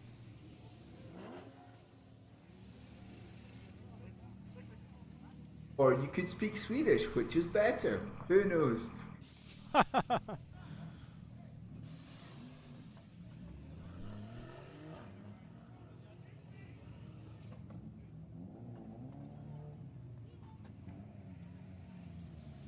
Voices again, making Sweden corner. Big braking zone is fairly difficult to actually pass at Mulsanne corner just because of that right-handed kink just before it. I mean, obviously you can send it, but you always send it.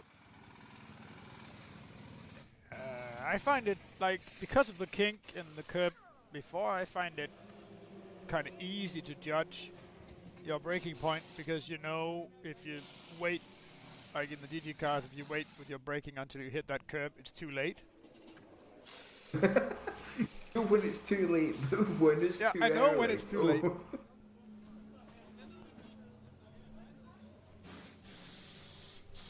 Yeah, we can do all kinds of driver interviews. It just depends on if people want to join our channel. So far, no one's joined the channel, so yeah.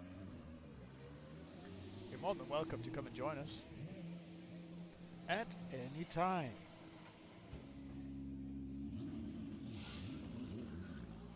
And we can, amongst us 3, I believe we can interview you in 1, 2, 3, 4 different, at least 4 different languages. What's the 4th? I can do German. Oh, can you? You have to teach me something. No. Warum? Ich bin ein Schmetterling. There we go. Done. Weißt du, was ein Schmetterling ist? I am a beautiful butterfly. not- There's you're nothing not- you can do about it. No, not very much.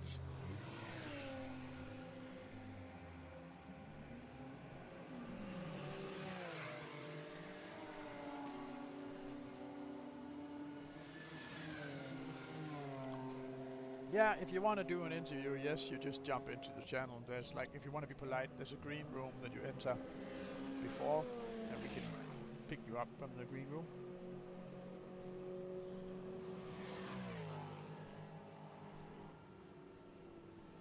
But yes, generally the studio door is wide open.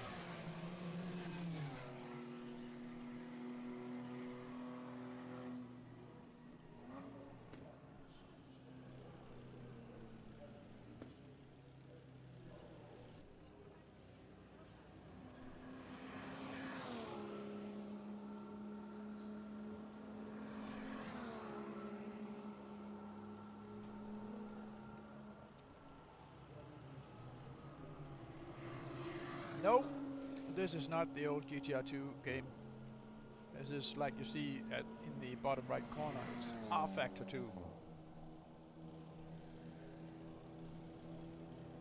I don't think I ever raced in GTR. We used to do GTR2 and then switched to... Well, of course, that's where the name came from. Great game. Yeah, it was, but like sadly the network code was subpar in so many ways. But it did have the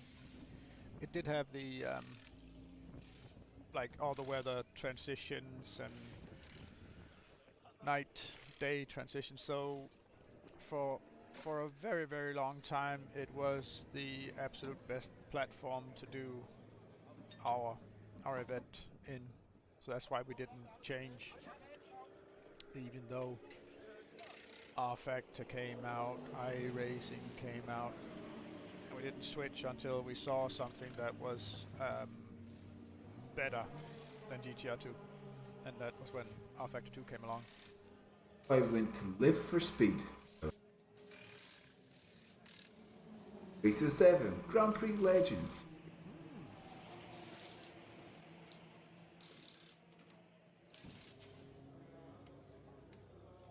Well, it's time for a commercial thing from our partners.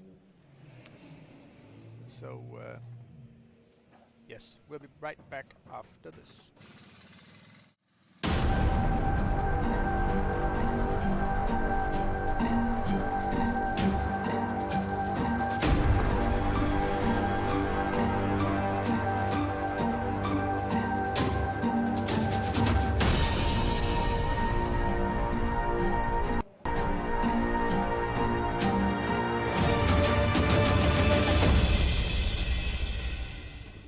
Communication. It started out as a conversation between two people, but as time went by and people's needs became greater, they developed more ways to communicate. Businesses today need to minimize incomplete connections. Therefore, it is critical that they provide optimal service. Xilinx desktop, mobile and web applications can process everything from normal calls and callbacks to chats, emails, and social media inquiries. Let Xilinx liberate your business.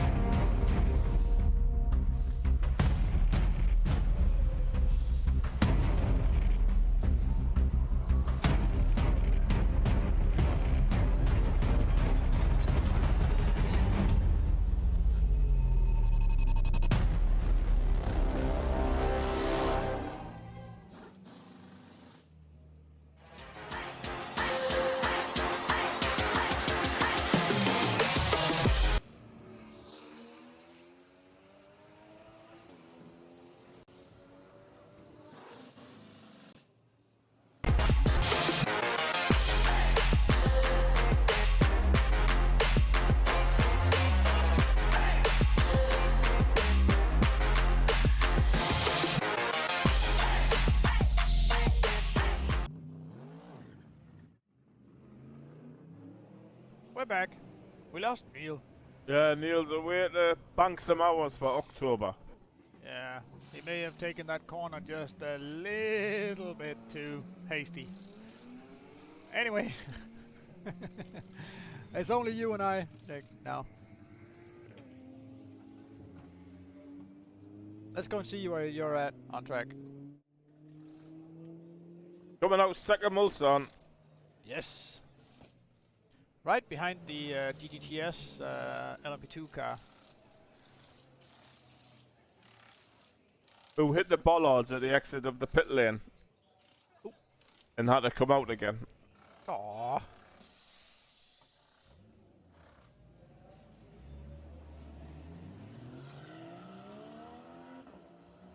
Better to do it tonight. Yes, for sure.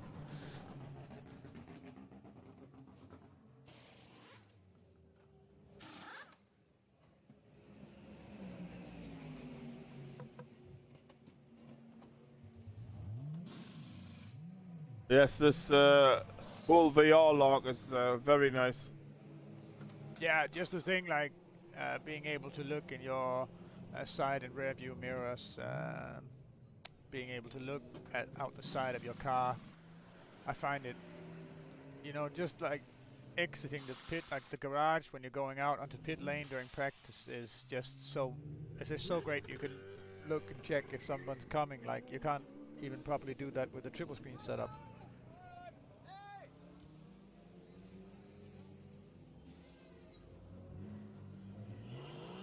And it really, really feels like you are in the car. Yeah, you're right.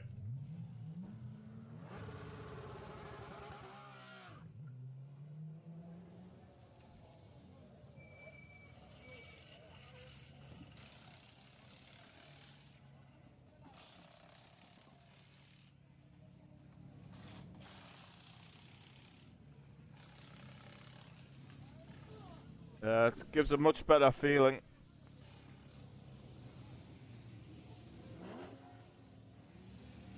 Certainly does.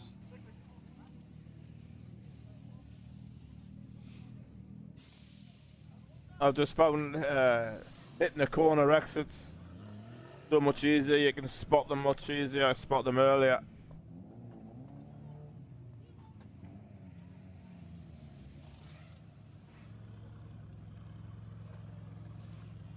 To me, it's mainly the break points and how close I'm able to drive up to the other cars. Like the sense of how long the nose of the car is in front of you is just like, it's just so much better.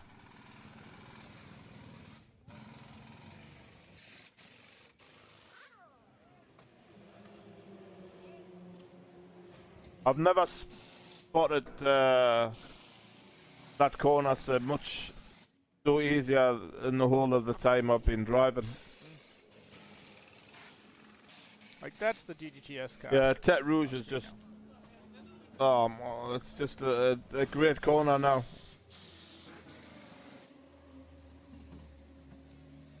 Yeah, we've got Rasmus in the green room here. I'm gonna drag him in with us. Good evening. I'll give you some talk power, then you can talk. Hello. Talk pal, thank you. Yes. How are you doing? Hello. I'm good. I'm spinning. You're spinning. No, Okay. no. Just So had a was snap. so was the B-32 car. Yeah. Well, I catch it. I got it. No problem. Yeah. So how are preparations coming? And perhaps you should tell everyone watching with what team who you are and what team you're driving for. Well, my name is Rasmus Andreas, and I'm driving for Undercover Sim Racing in the GTE car. Well, preparation is getting better. Yeah, finally got the driver lineup ready, and we are just improving the car step by step. So we should be ready in a month's time. Fantastic. Yeah. And what do you think about the cars this year when comparing to your car last. You drove the Porsche 911 in GTE last year, right? Yeah, we drove the Porsche as well. We will do the same this year. Yeah, and what do you think about the changes to the car? It's more tricky to drive, that's for sure. Not as easy to drive. It feels like it has less grip than last year. And the GT3 cars are closer to the pace at the moment than they should be, in my opinion. But it's fun. I love a challenge, so I just welcome it. Yeah, sorry, I was just reading a chat message here. It's Ben K from the Rookie Monsters team. He's trying to join the server, but not all the cars are showing up.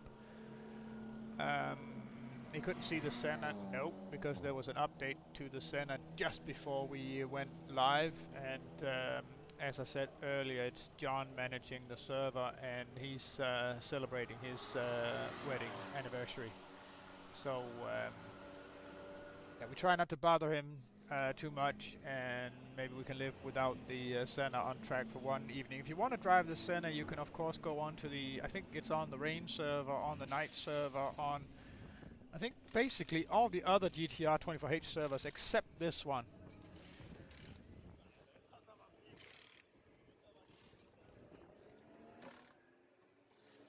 So Rasmus, who do you consider your main competitors, and how do you rate your own, like your team's chances in the race? Well, I rate everyone in the GTE class as opponents, because it's 24 hours and everything can happen. Maybe someone can be the fastest car in the race, but if they can't keep it on the track and be consistent, it doesn't matter. And you can sit in the pits for 5 hours and you can just pack your bags and go home. Yeah, it's also a, like, when I'm watching it, I think, like, for sure, last year the GT3 field wasn't that strong, but the GTE field this year is certainly the strongest it's ever been. No doubt.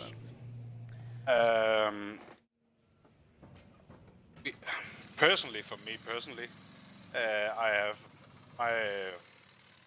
have a target fighting for the podium.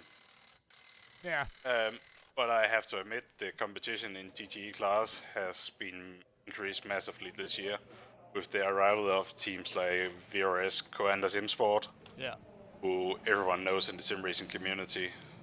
And Real Esport, last year's champions returns, and teams like Burst Esport, you can never count them out. They won the world championship 2 years ago, and they have some quality drivers as well. They certainly do. Yeah. The field in general is, the strength and depth is astounding. So exactly, yeah. In all classes. Yeah. Exactly, not just the GTA class, it's all the way through every class.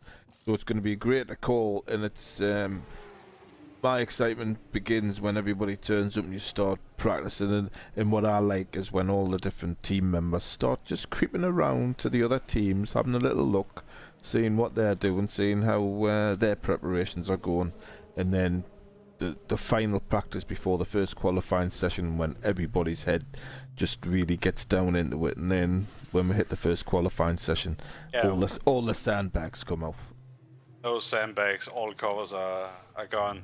And It's can I mention on that note, like, what we are discussing right now is we are going to run some form of real weather during the event, but it was discussed whether we wanted to find some place with summer in the southern hemisphere and pull the weather off of that point, or if we're just straight up going to take the weather from the actual weather from Le Mans and then add something like 5 degrees C or 7 degrees C to that temperature, and then just run the weather as it is on the day. But of course that does, like during qualifying, that does put weather into the mix, and if you don't catch the time period on track with the driest track and the most possible grip, then you basically don't have a chance at getting your good qualifying positions. And with, I think LMP2 is the smallest class right now. It's 7 cars or something like that, I believe. So qualifying in the LMP2 wouldn't matter that much, but certainly in the other cars it's quite a disadvantage to start last, especially in the GT3 class. Like there's a lot of cars that you need to pass in order to get even to midfield. Indeed. I think I will say will be more important than even maybe think about compared to last year is traffic, because the size of the field is massively increased compared to last year. So many more cars, and faster and slower cars. So traffic management will be even harder this year. And they say qualifying isn't that important, but if you get caught up behind cars that on race pace are much slower than you, but like on the straightaways, all the cars in the same class is almost same speed, so it can be quite hard to get around. And you start losing 2-3 seconds a lap, and you get caught behind those guys for an entire stint, and you can't get by. That's something that you'll need to fight like hours to regain that time. So. Exactly. I remember that qualifying last year was pretty intense because it started raining during the qualifying and driving up at the end. Yeah. And I clearly remember my teammates in the sister car did a stunning lap at the end to gain pole position in LMP1. On slicks, while it was slightly damned. Well, conditions like that are, on my behalf as a driver in those conditions, I'm actually still quite excited. I think it's quite exciting to do it. Of course, it's a little bit easier if you can just go out and, set a good lap in the beginning and then just sit there, lean back and wait to see if somebody can beat it, and then try and improve if somebody does. Like, you always have the time to improve, but changing weather conditions, changing conditions just adds a little bit of more unpredictability and excitement into it. And I would say, even as a driver, I like the changing conditions more than. Yeah, it really throws so many things up in the air. Like, strategy can be like, let's say, because Le Mans is such a massive track, if you're at the wrong part of the track when it starts raining, you can easily lose 30 seconds because you have to drive that long on slick tires in wet conditions. And on that note, Rasmus, did you actually know that the weather is actually rolling in on the track in the direction of the wind? Yes. Yeah, it is. So when it starts raining, it can actually start to rain in just one end of the track, and then when it rolls in, it might give up and stop raining, so that it only rains on like 1/3 of the track. I remember last year in DT car we got incredibly lucky when the rain arrived. We were basically in the middle of the. We just started to drive into the Porsche curves when the rain arrived. And it was just the end of our stint, so it was just perfectly timed. And we gained. That's quite lucky.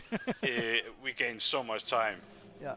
On that, because many others they just continue one more lap. But I have tested before that when the rain come at that time, just go in. We got Mikkel De Bois asking if he can join the driver interviews as well. Yes, you can. You get onto the TeamSpeak server. There's a channel here called Broadcast Studio. There's a sub-channel on that called the Green Room. You can wait in there until we drag you out into the main channel and give you the talk power, just like we did with Rasmus. Well, Rasmus, nice of you to look by. Yeah, I'm looking forward to it. And it hasn't really been a lot of guys coming by the studio to do interviews. It's nice to finally have some guys show up here and asking if it's possible. That's yeah, that's because really it nice. gives a new dimension to the podcast. Yeah, certainly. Hear what the drivers are up to, what the preparations are, mindset, what their targets are for the race, just to finish, or really fight for some podiums or wins. Certainly. Really building tension up to the race. Yeah, let's build the tension. A bit over a month's time. It's coming close. Oh, Michael, where you find the server is you can type in the address in TeamSpeak. It's ts.gtr24h.org, or you can click the button on the website, there's like, if you open up our website, scroll slightly down, there's going to be revealed to you a red button that says TeamSpeak. You click on that, it'll join the server.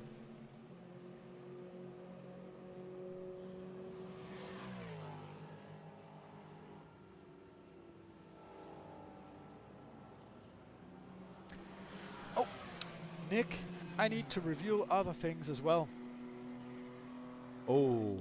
I made Good things? I made it possible today through some nifty setting up and doing. I made it possible for our net radio machine to join all the different teams' TeamSpeak channels and broadcast them via a net radio server. So during the event, you are definitely going to be able to, from the live timing view, to click on a team name and then join the net radio channel for that team, so that you can have a listen in like you can in Formula 1, so you can listen in on that team's pit. Oh, cool. So we can, yeah. And then, especially if something's happening to that car. Yeah. And of course, it is slightly delayed.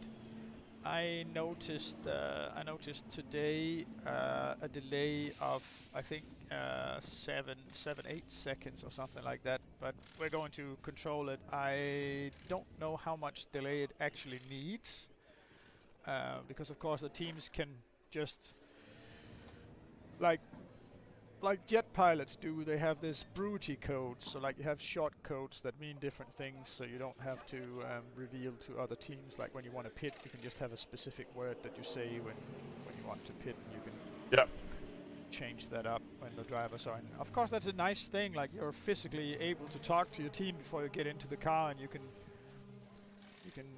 like settle on your different keywords for doing various things. So it is still possible for drivers to kind of conceal their main strategy, but it's going to be nice for the viewers at home as well to be able to open this link and listen in on the communications. Yeah, that'd be good. And all of the onboard streams from the various teams that run through our RTMP server is also going to be available to all the viewers at home. Because we have this year a massive beast of an internet connection. It's good because that's what happens everywhere else, isn't it? All the individual teams have cams on their cars, haven't they? Yeah.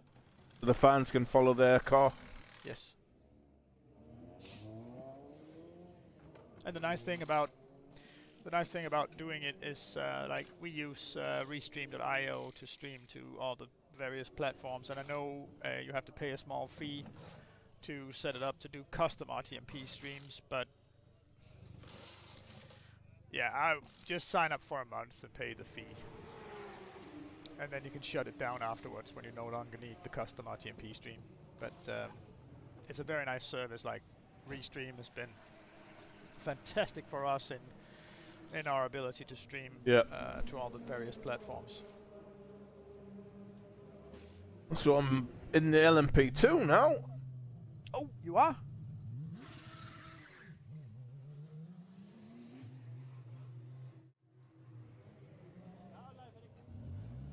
Well, I'm not getting an image. I'm getting your pause screen.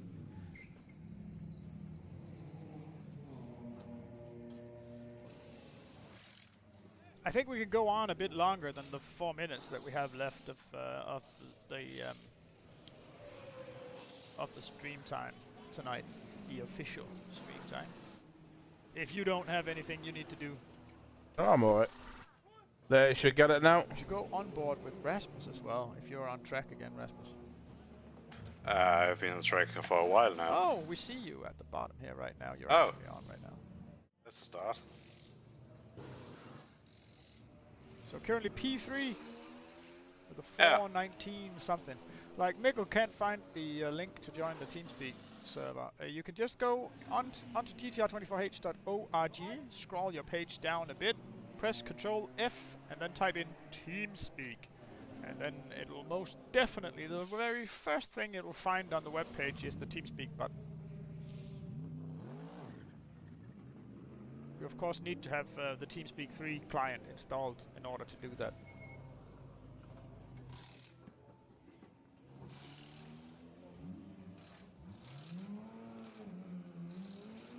Cherry Bovo in the 911 GTE car with a very, very close cut of the wall, the outside exit of Arnage.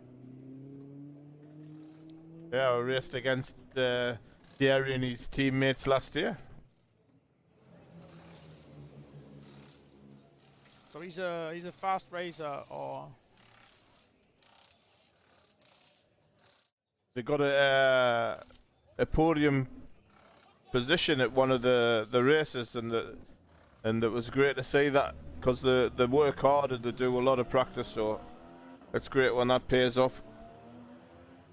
yeah, certainly. I always like when teams that do like really large amounts of preparation, like when they do well. It's really nice. Yeah, for sure. Sort of see the people that deserve it get the win. That's not always the case in endurance racing. Oh, like Toyota in 2016. Sorry, come again, Rasmus. Like Toyota in 2016. Yeah, that was heartbreaking, wasn't it? Just a bit. I couldn't believe it, mate.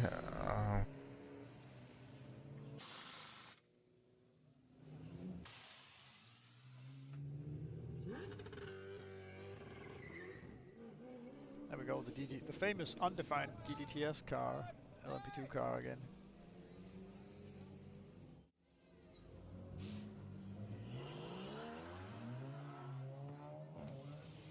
Just search for TeamSpeak on the website. I'm actually seeing a Mercedes on the track. Wow, dog. Yeah, they said there was definitely going to be one Mercedes. Well, if you see an Aston Martin, you have half a Mercedes already there. Yeah. It's quite fast on the straights, especially if they can get up to speed and get a tow at the right moment behind one of the LMP2 cars. It'll go. Mercedes or Aston It'll go Martin? 300. Mercedes or Aston Martin? The Mercedes. Yeah. DDT. But the Aston Martin is quick as well on the straight. Okay. I haven't seen it on track. I've seen it going 310 in slipstream.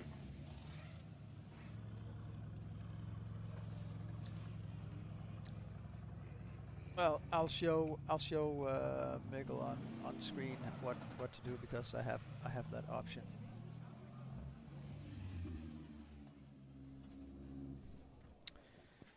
So in I'm liking the cockpit now in the LMP2. yeah.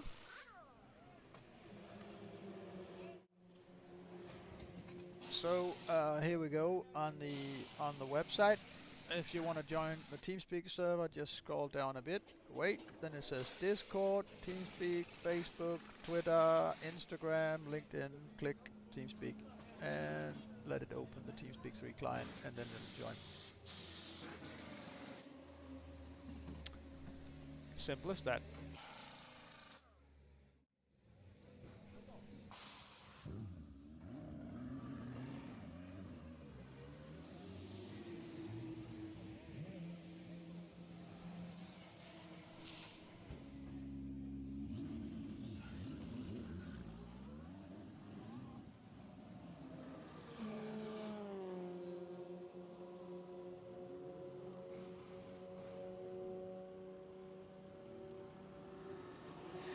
Had a small moment, Mr. Rouge.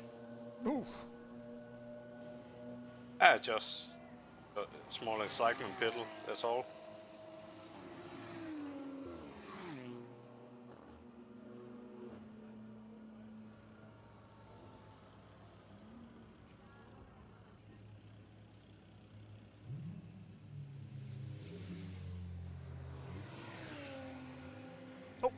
As we get a pause, that means it's going to do a replay of something. It's a replay of the GTS car. Why do we... What? Or was it just a pause because someone was... Oh, let's see. Mikkel, he should be here in the... Yes, he is in the green room. So let's move him out here and hear what he has to say. I'll give him talk power just to... Hello and welcome to the studio. Maybe give him some talk power. He does have talk power, he's just not saying anything. Oh.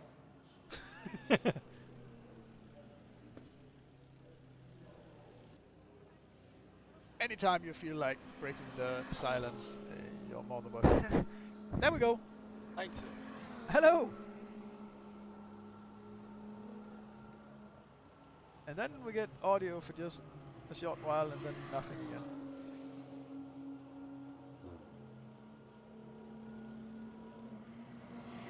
As the DTS car in the second chicane is sliding around on the curbs and going wide. Maybe do a big mic check and see response.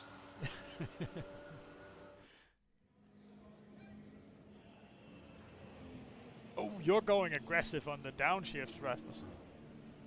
Yeah. A bit. It's a Porsche, it can handle it. Yeah, and then I missed the apex. It's revving so high. Just took the Stuttgart machinery can handle it. Yeah. It's German, it's built properly. Yeah.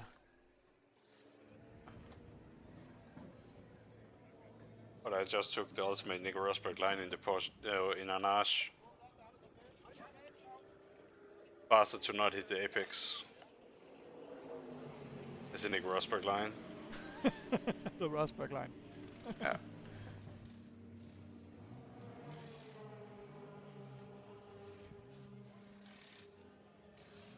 You're looking fast, Nick. Yeah, I'm just getting a grip of it. It's fast by nature. Yeah, when it's when AutoCam decides to focus on people, it's usually because they're doing something extraordinary or something that's not been done before.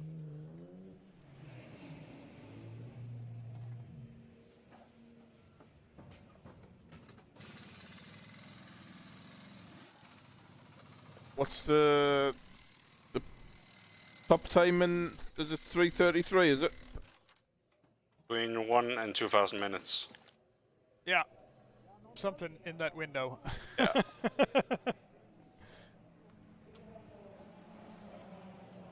Okay, I'm going to have to move this because somehow it got mixed up, and then the active driver name. If you get it under 1 minute, you must be cheating. 3:33 I need. I want the 3:30.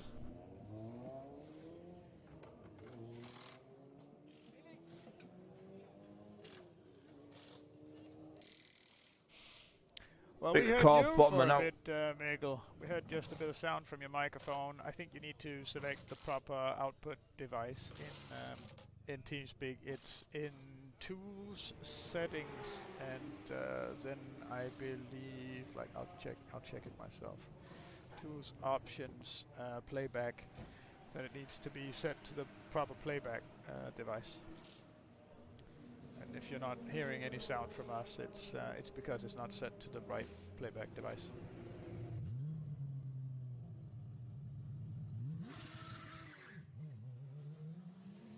It might grab the audio output on your screen and like through the HDMI sound card. And some of the screens will receive the sound, but then it won't go anywhere because you need headphones. Talking now. There we go. Yeah, I can hear you. You can hear us now. Yeah. Great. Oh, and we can hear you. It's just as you said, so I just need out the correct. Yeah, because Windows 10 is just weird that way. If you attach a new audio device, that will go default audio device on that, and then all sound will go that direction. It's just very annoying. Yeah. So can you introduce yourself, your name, and what team you're driving for? Yes. So my name is Ba, and I'm going racing for. Oh, your audio is chopping out really bad. We're only getting half of what you're saying. I think you have some... you have voice activation on and it might be set a little bit too high. Better now? Well, let's try again. Let's try and introduce yourself again. We'll see how it goes. As I s- Push to talk. Now we're not getting anything. Okay, it's... Gone. It's gone, you hunt. still no sound. Don't worry, we'll get it working. We have enough time. There's 5 weeks to get it working, so don't worry. Yeah. I think I'll buy a new headset.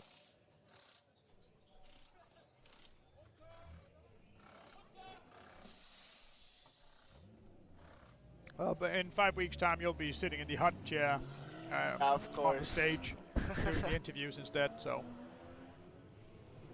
Perhaps I won't be talking as much. Yeah. But is the sound better now? That's perfect. Like throughout the interview then. But yes, as I mentioned, and Gone Oh, again. it's still like immediately when you start talking for a longer time, it starts chopping you out. I wonder if the button, if he's on a button, it's probably something wrong with the button. His voice is copyright striked. Yeah. yeah. Put a penny in the meter. Well, let me just. I'm not really sure. Well, if there's not too much background noise, you could just put it on continuous transmission, then it'll just, like your microphone will just be open then.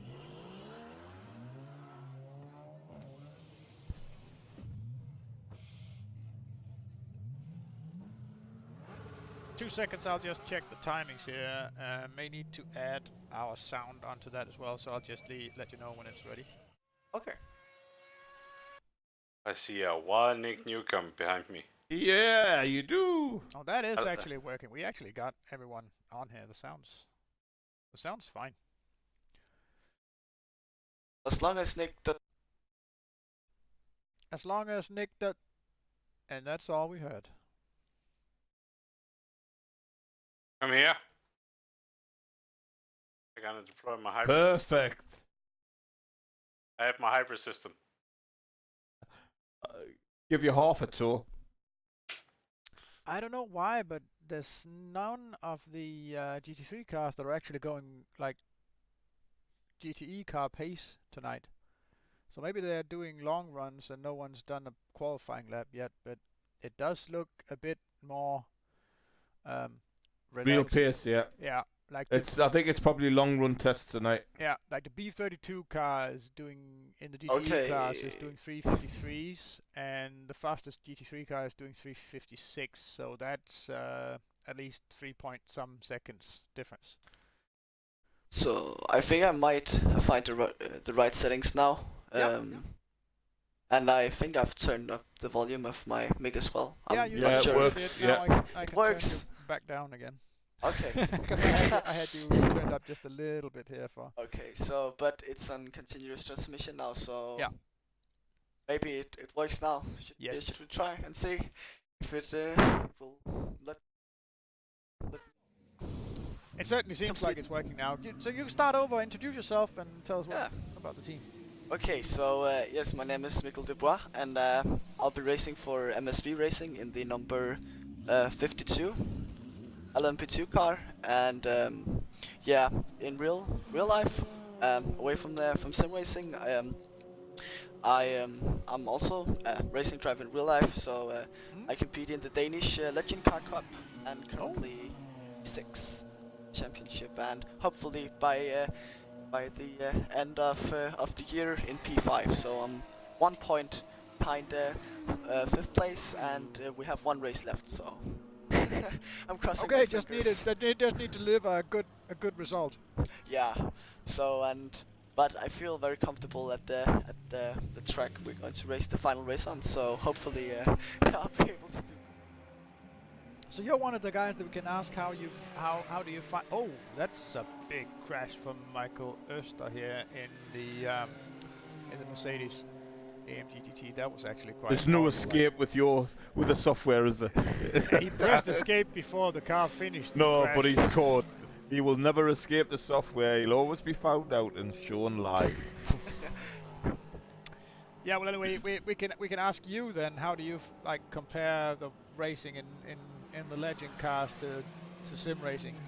Well, first of all, most of the racing cars I'm driving in sim racing brakes quite a lot better than the legend car. It has terrible brakes. Almost Yep. the amount of engine brake you utilize when driving the legend cars, it's insane. Like sometimes not even braking, just shifting down in order to get the car to stop.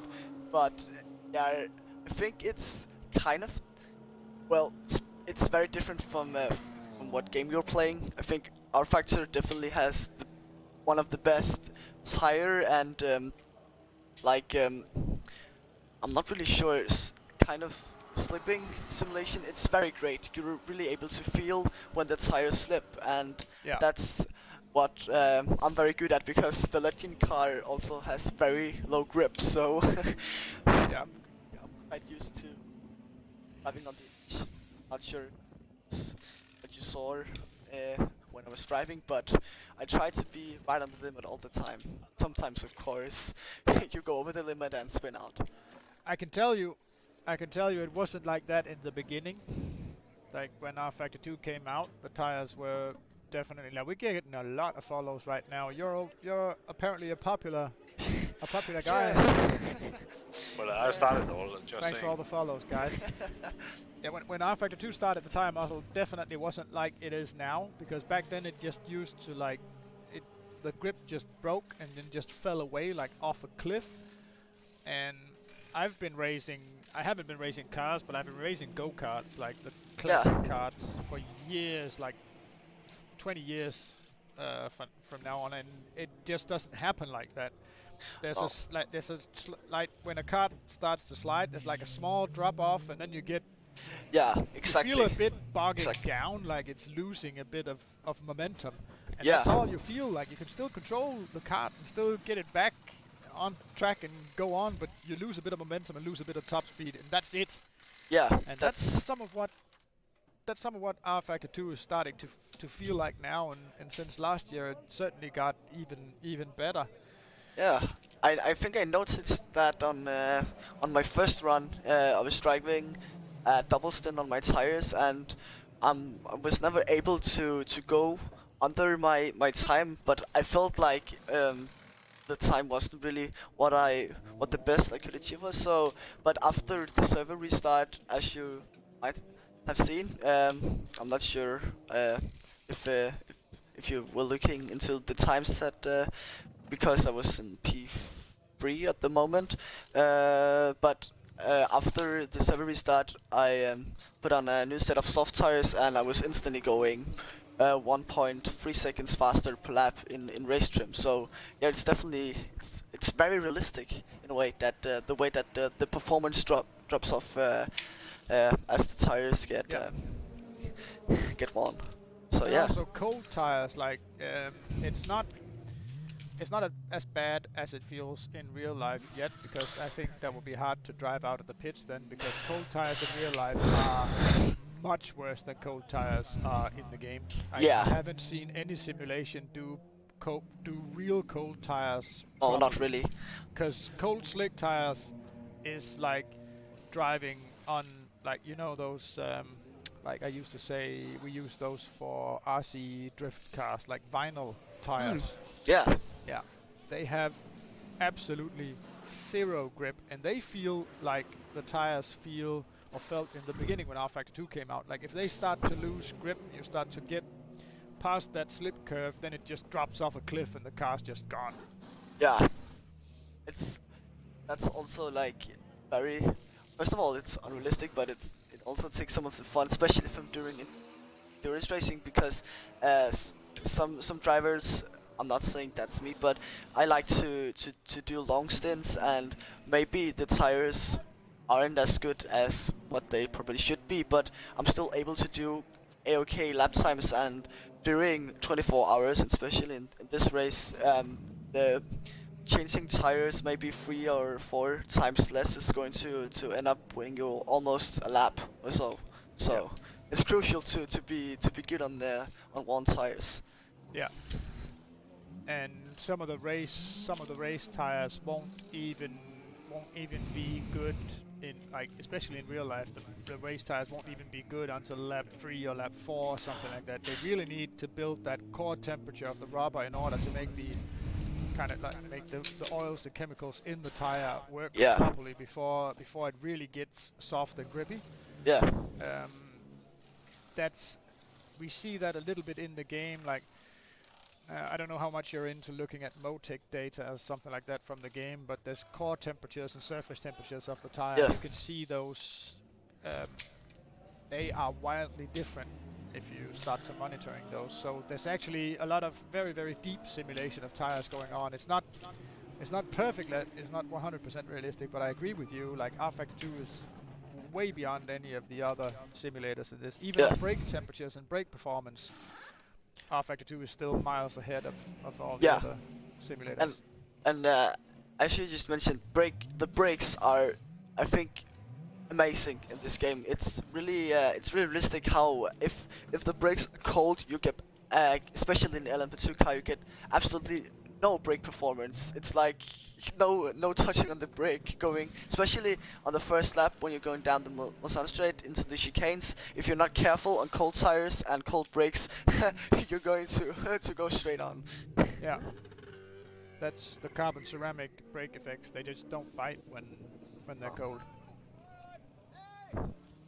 But have you noticed the difference in brake heating? Because I think that's one thing that's really missing, in my opinion, is the ability to set the brake duct cooling differently from the front to the back of the car. It's been an ongoing problem. Like, when I used to race and used to participate in a race, it was an ongoing problem to get the brake temperature balance going right. So we actually almost always ended up running with too much cooling, because when you approach, especially when you approach the first chicane on the straight, it'll start to heat up during the braking. It'll heat up the front brakes so hot that they'll overheat and then lose their braking, and then it'll lock up the rear tires, and you get thrown out and spin off. Yeah, that's still a thing, especially not into the chicanes, but I'm not very good at the corners around, but the very sharp right-hander into that corner, it's a really big problem, especially because you're right as you're full on the brake, you're doing this little sharp turn to the right, and that's a real big problem down there. Yeah, and it's just I would imagine it would be quite easy to just twitch the UI a little bit and then make it possible. Like, I can see that it's different cooling. I know how the physics files of the game look, so I know that it's separate lines for cooling on each tire. So I know it's possible to do this and do a balance of cooling front and back differently. So I really wish they would put that into the game or into the simulator. Yeah, it'd be kind of great, especially like sometimes when you're on a long run, it's very annoying that that the thing that put you in the barrier or in the gravel or completely ruined your tires isn't very realistic, because there's really nothing you can do, because sometimes it just happens and then you're you're on the barrier or your tires have gone or something. Yeah. What we used to do was adjust it on the brake bias and then give it more brake on the rear in general, so that you have higher pressure on the rear in general, and then use a little bit of throttle while during the last maybe the last third of your braking zones, you'll start to apply a little bit of throttle while braking. Yeah, that's hard. Really, it's tough. Yeah, like, you need to work that in. That's difficult to do it properly, but you get, like, do it enough and you get a rhythm going, and then you can do it. But Yeah, of course, I'm not going to reveal any details because I think that at the moment I have quite good race pace. I'm not sure that I'm going to be the fastest one in qualifying, but over the long runs, I think that we can definitely also the two other drivers I'm going to be racing with. I think we have found a great compromise between their speed and something which is going to be good for 24 hours. So. Yeah, it's going to be interesting to see. It's definitely attacking it from the right angle, like doing also in your practice, doing long runs and trying to be consistent is definitely the way to go. Get out there during these official practices. Get out there. Yeah, exactly.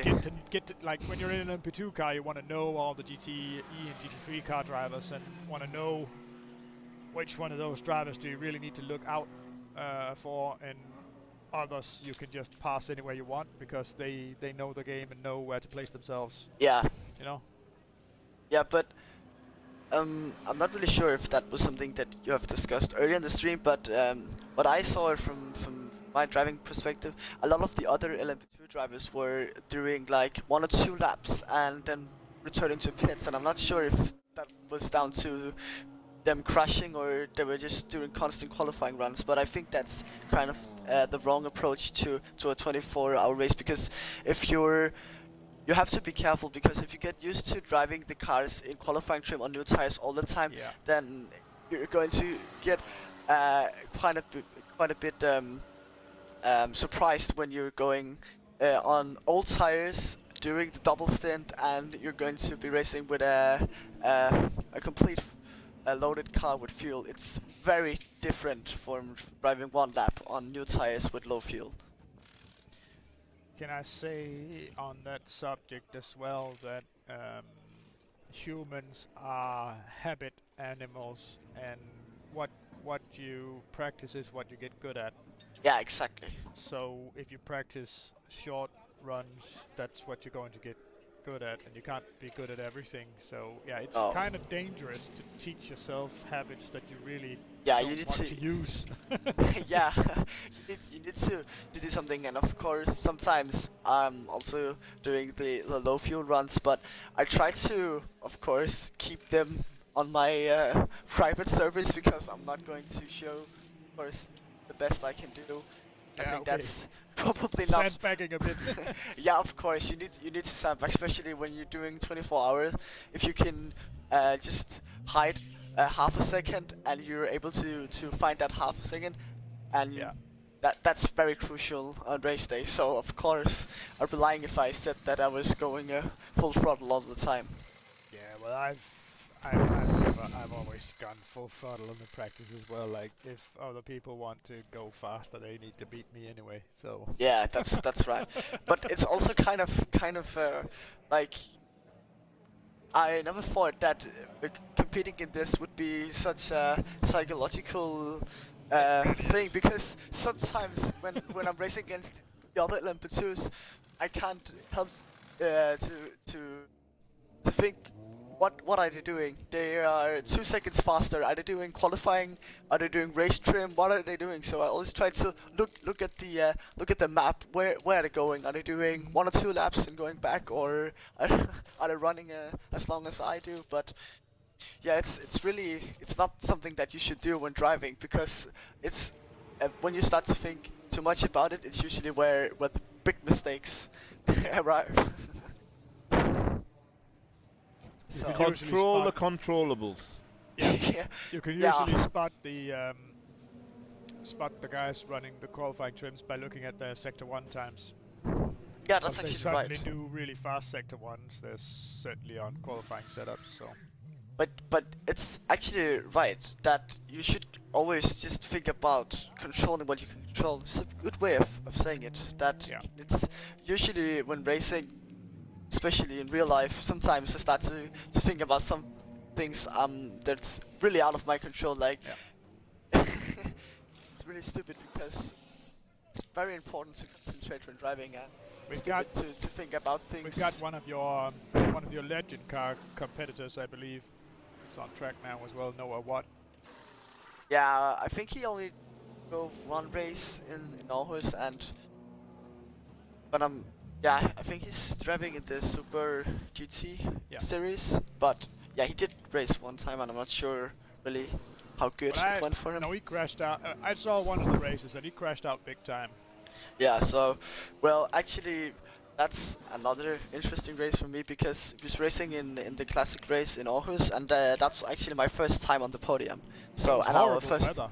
yeah, it was horrible weather, and I think that we were quite lucky to be in the position because I think last year our best result were P9 or something, and we finished P2 and P4 in the 3 races. So quite lucky, but also I attempt to be a bit quicker in wet weather racing. So that's also something which I hope is going to happen in the at some time in the race, because especially if you go from a dry track to a wet track and vice versa, you need to really focus and you need to adapt really quickly, and that's usually what I'm very good at, to adapt to the track conditions.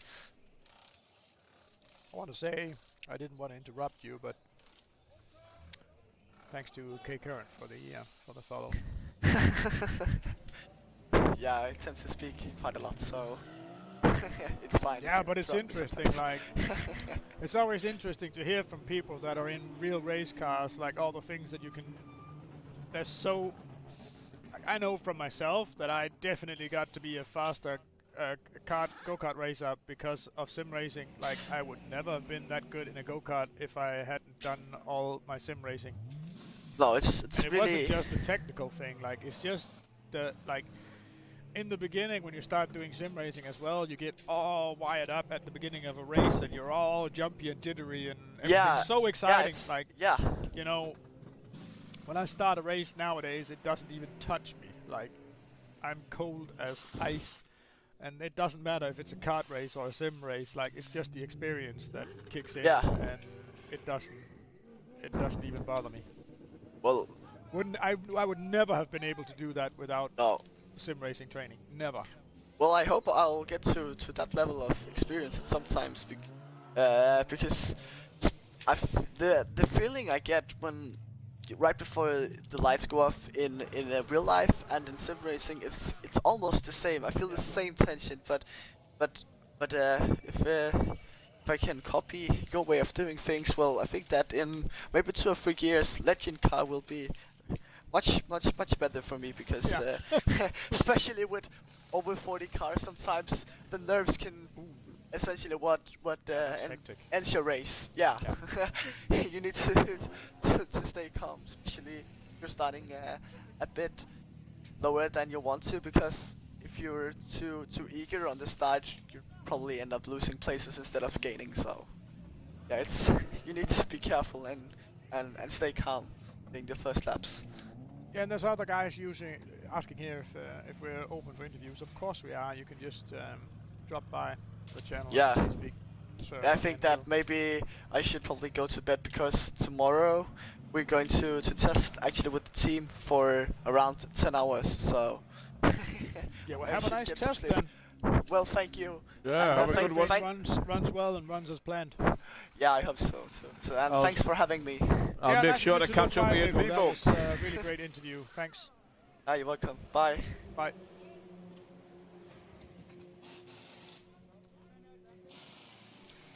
So, Nick. Yeah, that was great. I love it when we have these, like, real race guys, amateur or professional, doesn't really matter. I love when we have those guys on and like showing and telling people the similarities and all the good things that you can get out of sim racing, and especially with the the equipment nowadays is off the scale. Of course, you can't go off the scale money-wise as well, but the quality of equipment today compared to when I started in, was it 1998, I think? Like, we didn't even know what a direct drive wheel was back then. It's all changed, hasn't it? Dear God. What did I start racing on? I think I started racing on something like a... What was it? Jeff Crammon's GP4. Then GTR2 was all something like a TFT 17-inch, then a 23-inch, and all just crazy stuff, wasn't it? And now you've got direct drive, 6 degrees, 2 degrees, whatever. VR, direct drive. VR's a game changer. That's Like definitely, well, if I was like a triple professional, screens, if I was wasn't a it? professional race car driver, I would immediately be heading off to get a direct drive wheel and a set of VR glasses, and I would start practicing my ass off, because that would just help so much. Yeah, it's so different, isn't it? So much better. Oh, we've got a qualifying run there in a GT3 car for sure. Oh yeah, that's fast. 54. That's in the Corvette, right? Yeah, that was Noah Watt. Yeah, he looked fast as well. That was why the camera was following him as well. That's because he was looking like fastest in class.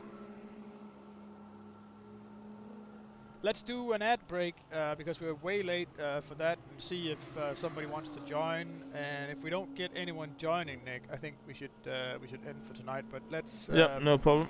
let's look at an ad break. See you after this.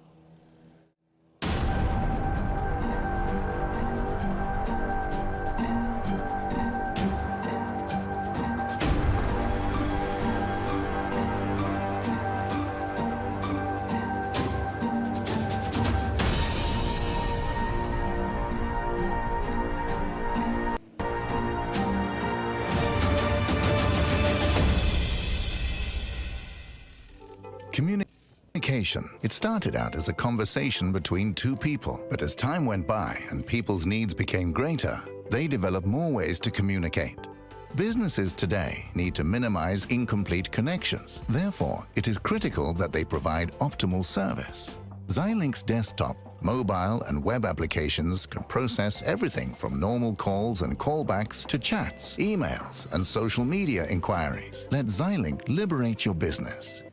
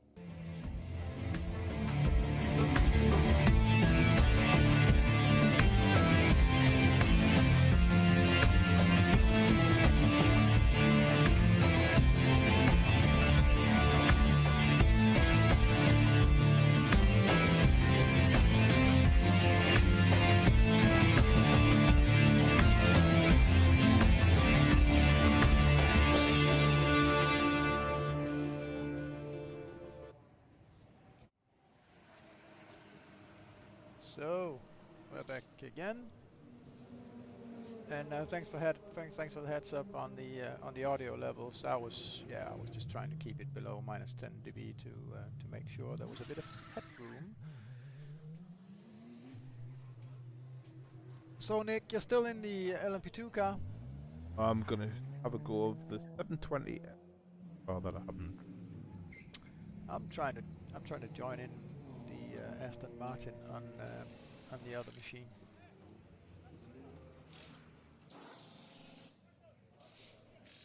So you could get on board with me as well. I had never driven that car, but I'm looking to see if I've got a setup from somewhere that I can sort of like throw in and take a couple of wing off. somehow there's something weird going on with the data from the standings. Yeah, there we go. Different car, and then it all picks up. Oh, that's Ben K from the Rookie Monsters team in the Mercedes SLS.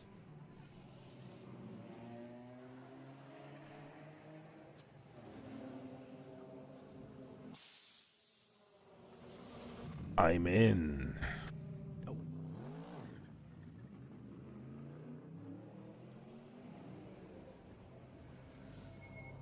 Are you in the server, sir? I just joined in. I think still I loading, think that. still loading cars. Oh. I have to change to the other machine. Right.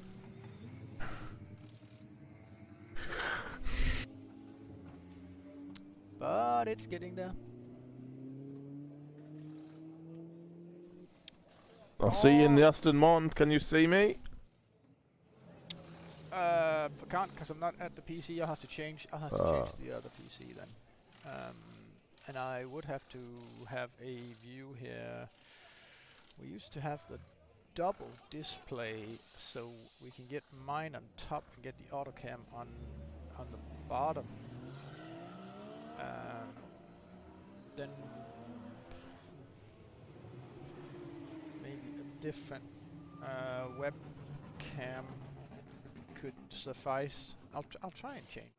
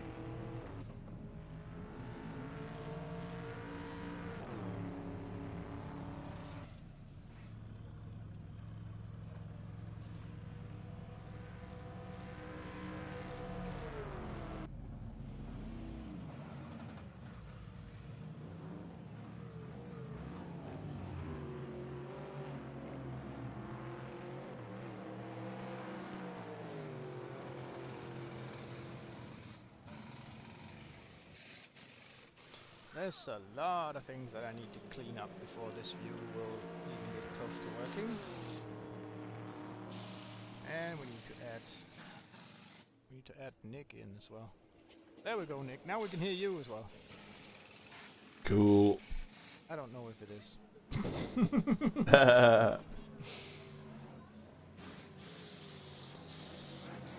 There's so much stuff that's been put in these views over time, like with the broadcasts from the studios. We just went crazy and did all kinds of things that we don't need anymore, so just trying to clean all of that up.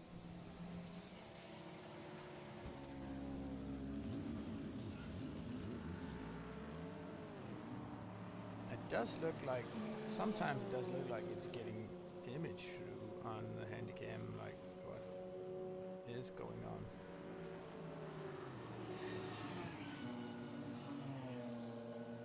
Yeah, it is getting audio through.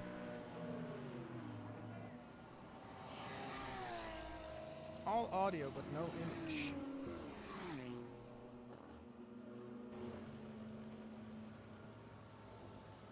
Gotta check up my image coming from the.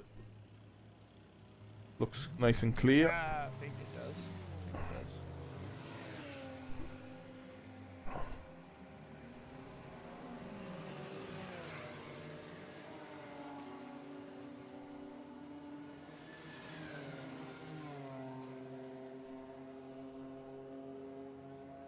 Nice clean cockpit in the 720S. Well, go and have a look, Nick. But I need to clean all this up first.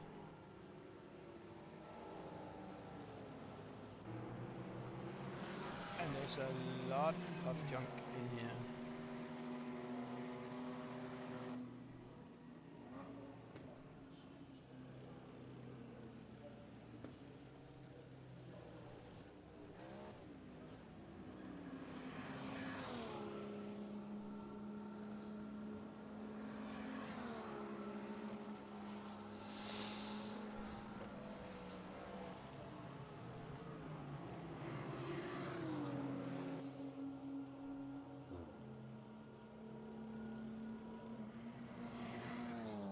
Especially on the audio side, there was a lot of junk channels added in.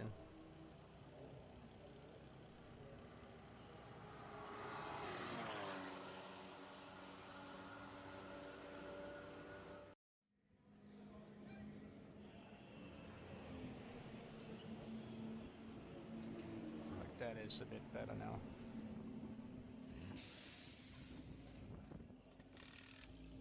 I'll be on a different machine joining TeamSpeak and stuff like that, Nick. Give me like a minute or two. I'll be there. Okay.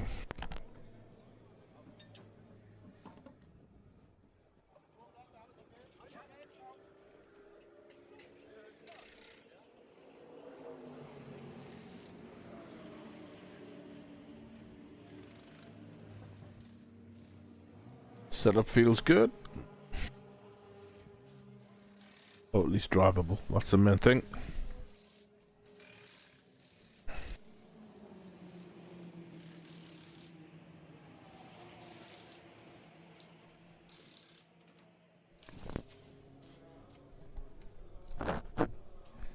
Oh, there we go. I was one of the lucky guys that got to draw one of the Arfactor 2 instances that won't tap out. So.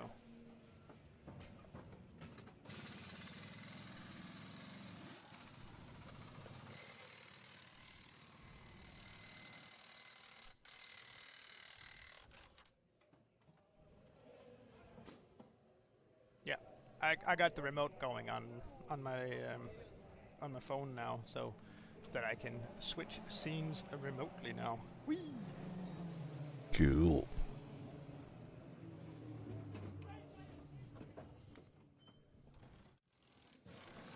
Let's just check that it actually does work, and it does. Sweet.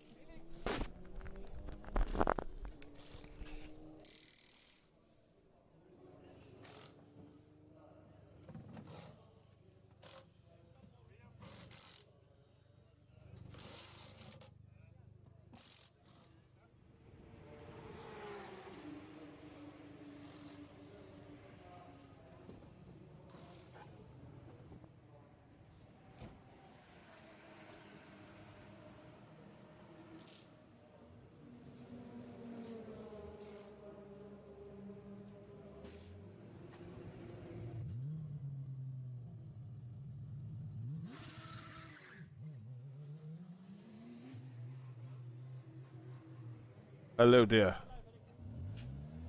Are you joining in? We've got a couple of Bentleys on, which is nice.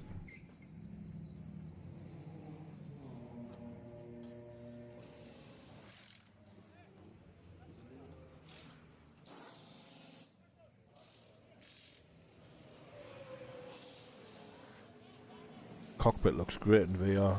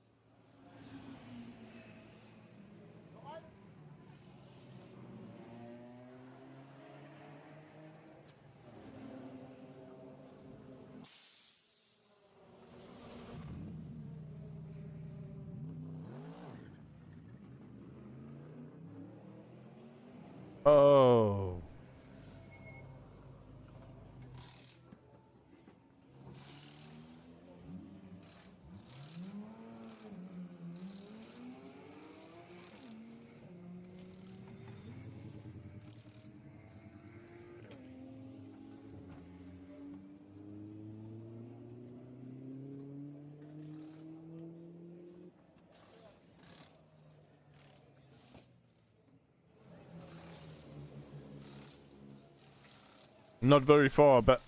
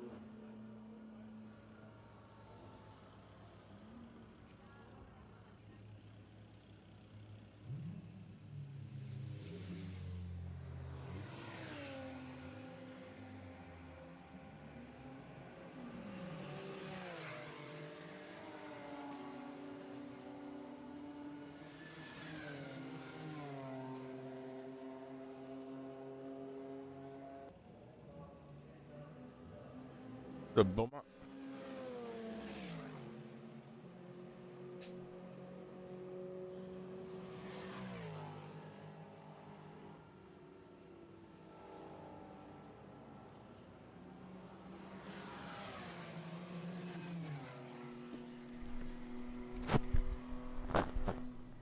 Well, we got no one in for interviews, so I guess that'll be it for tonight. It's Yep. also very close to midnight, so quite a lot longer stream than we used to. So I hope people enjoy that.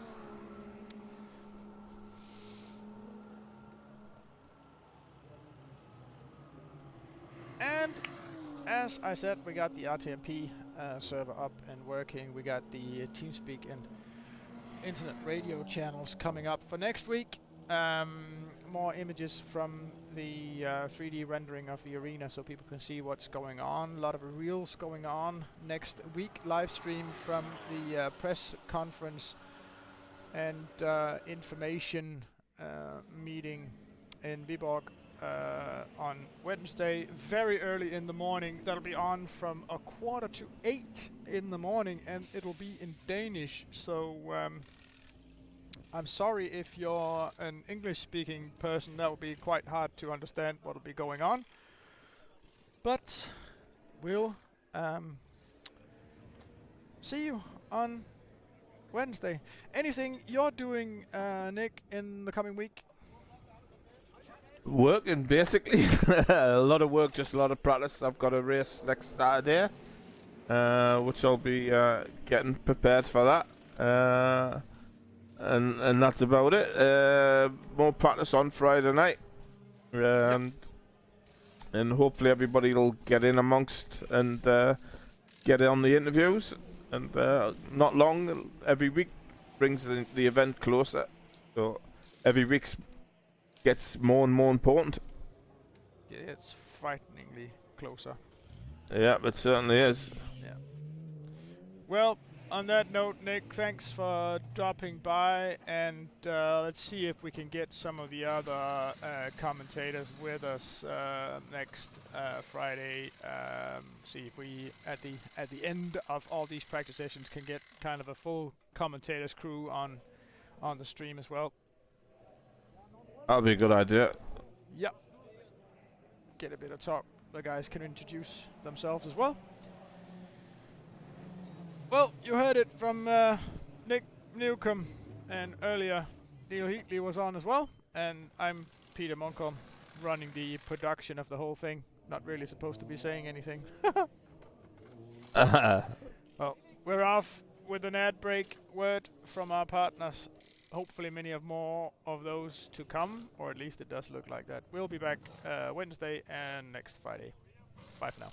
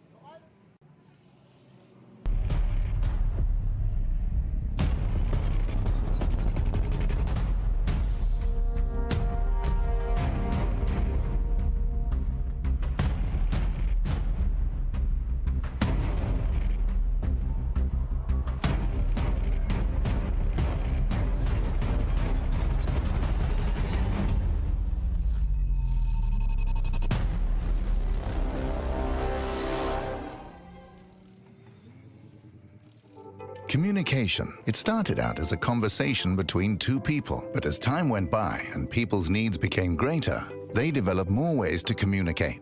Businesses today need to minimize incomplete connections. Therefore, it is critical that they provide optimal service. Xilinx desktop, mobile and web applications can process everything from normal calls and callbacks to chats, emails and social media inquiries. Let Xilinx liberate your business.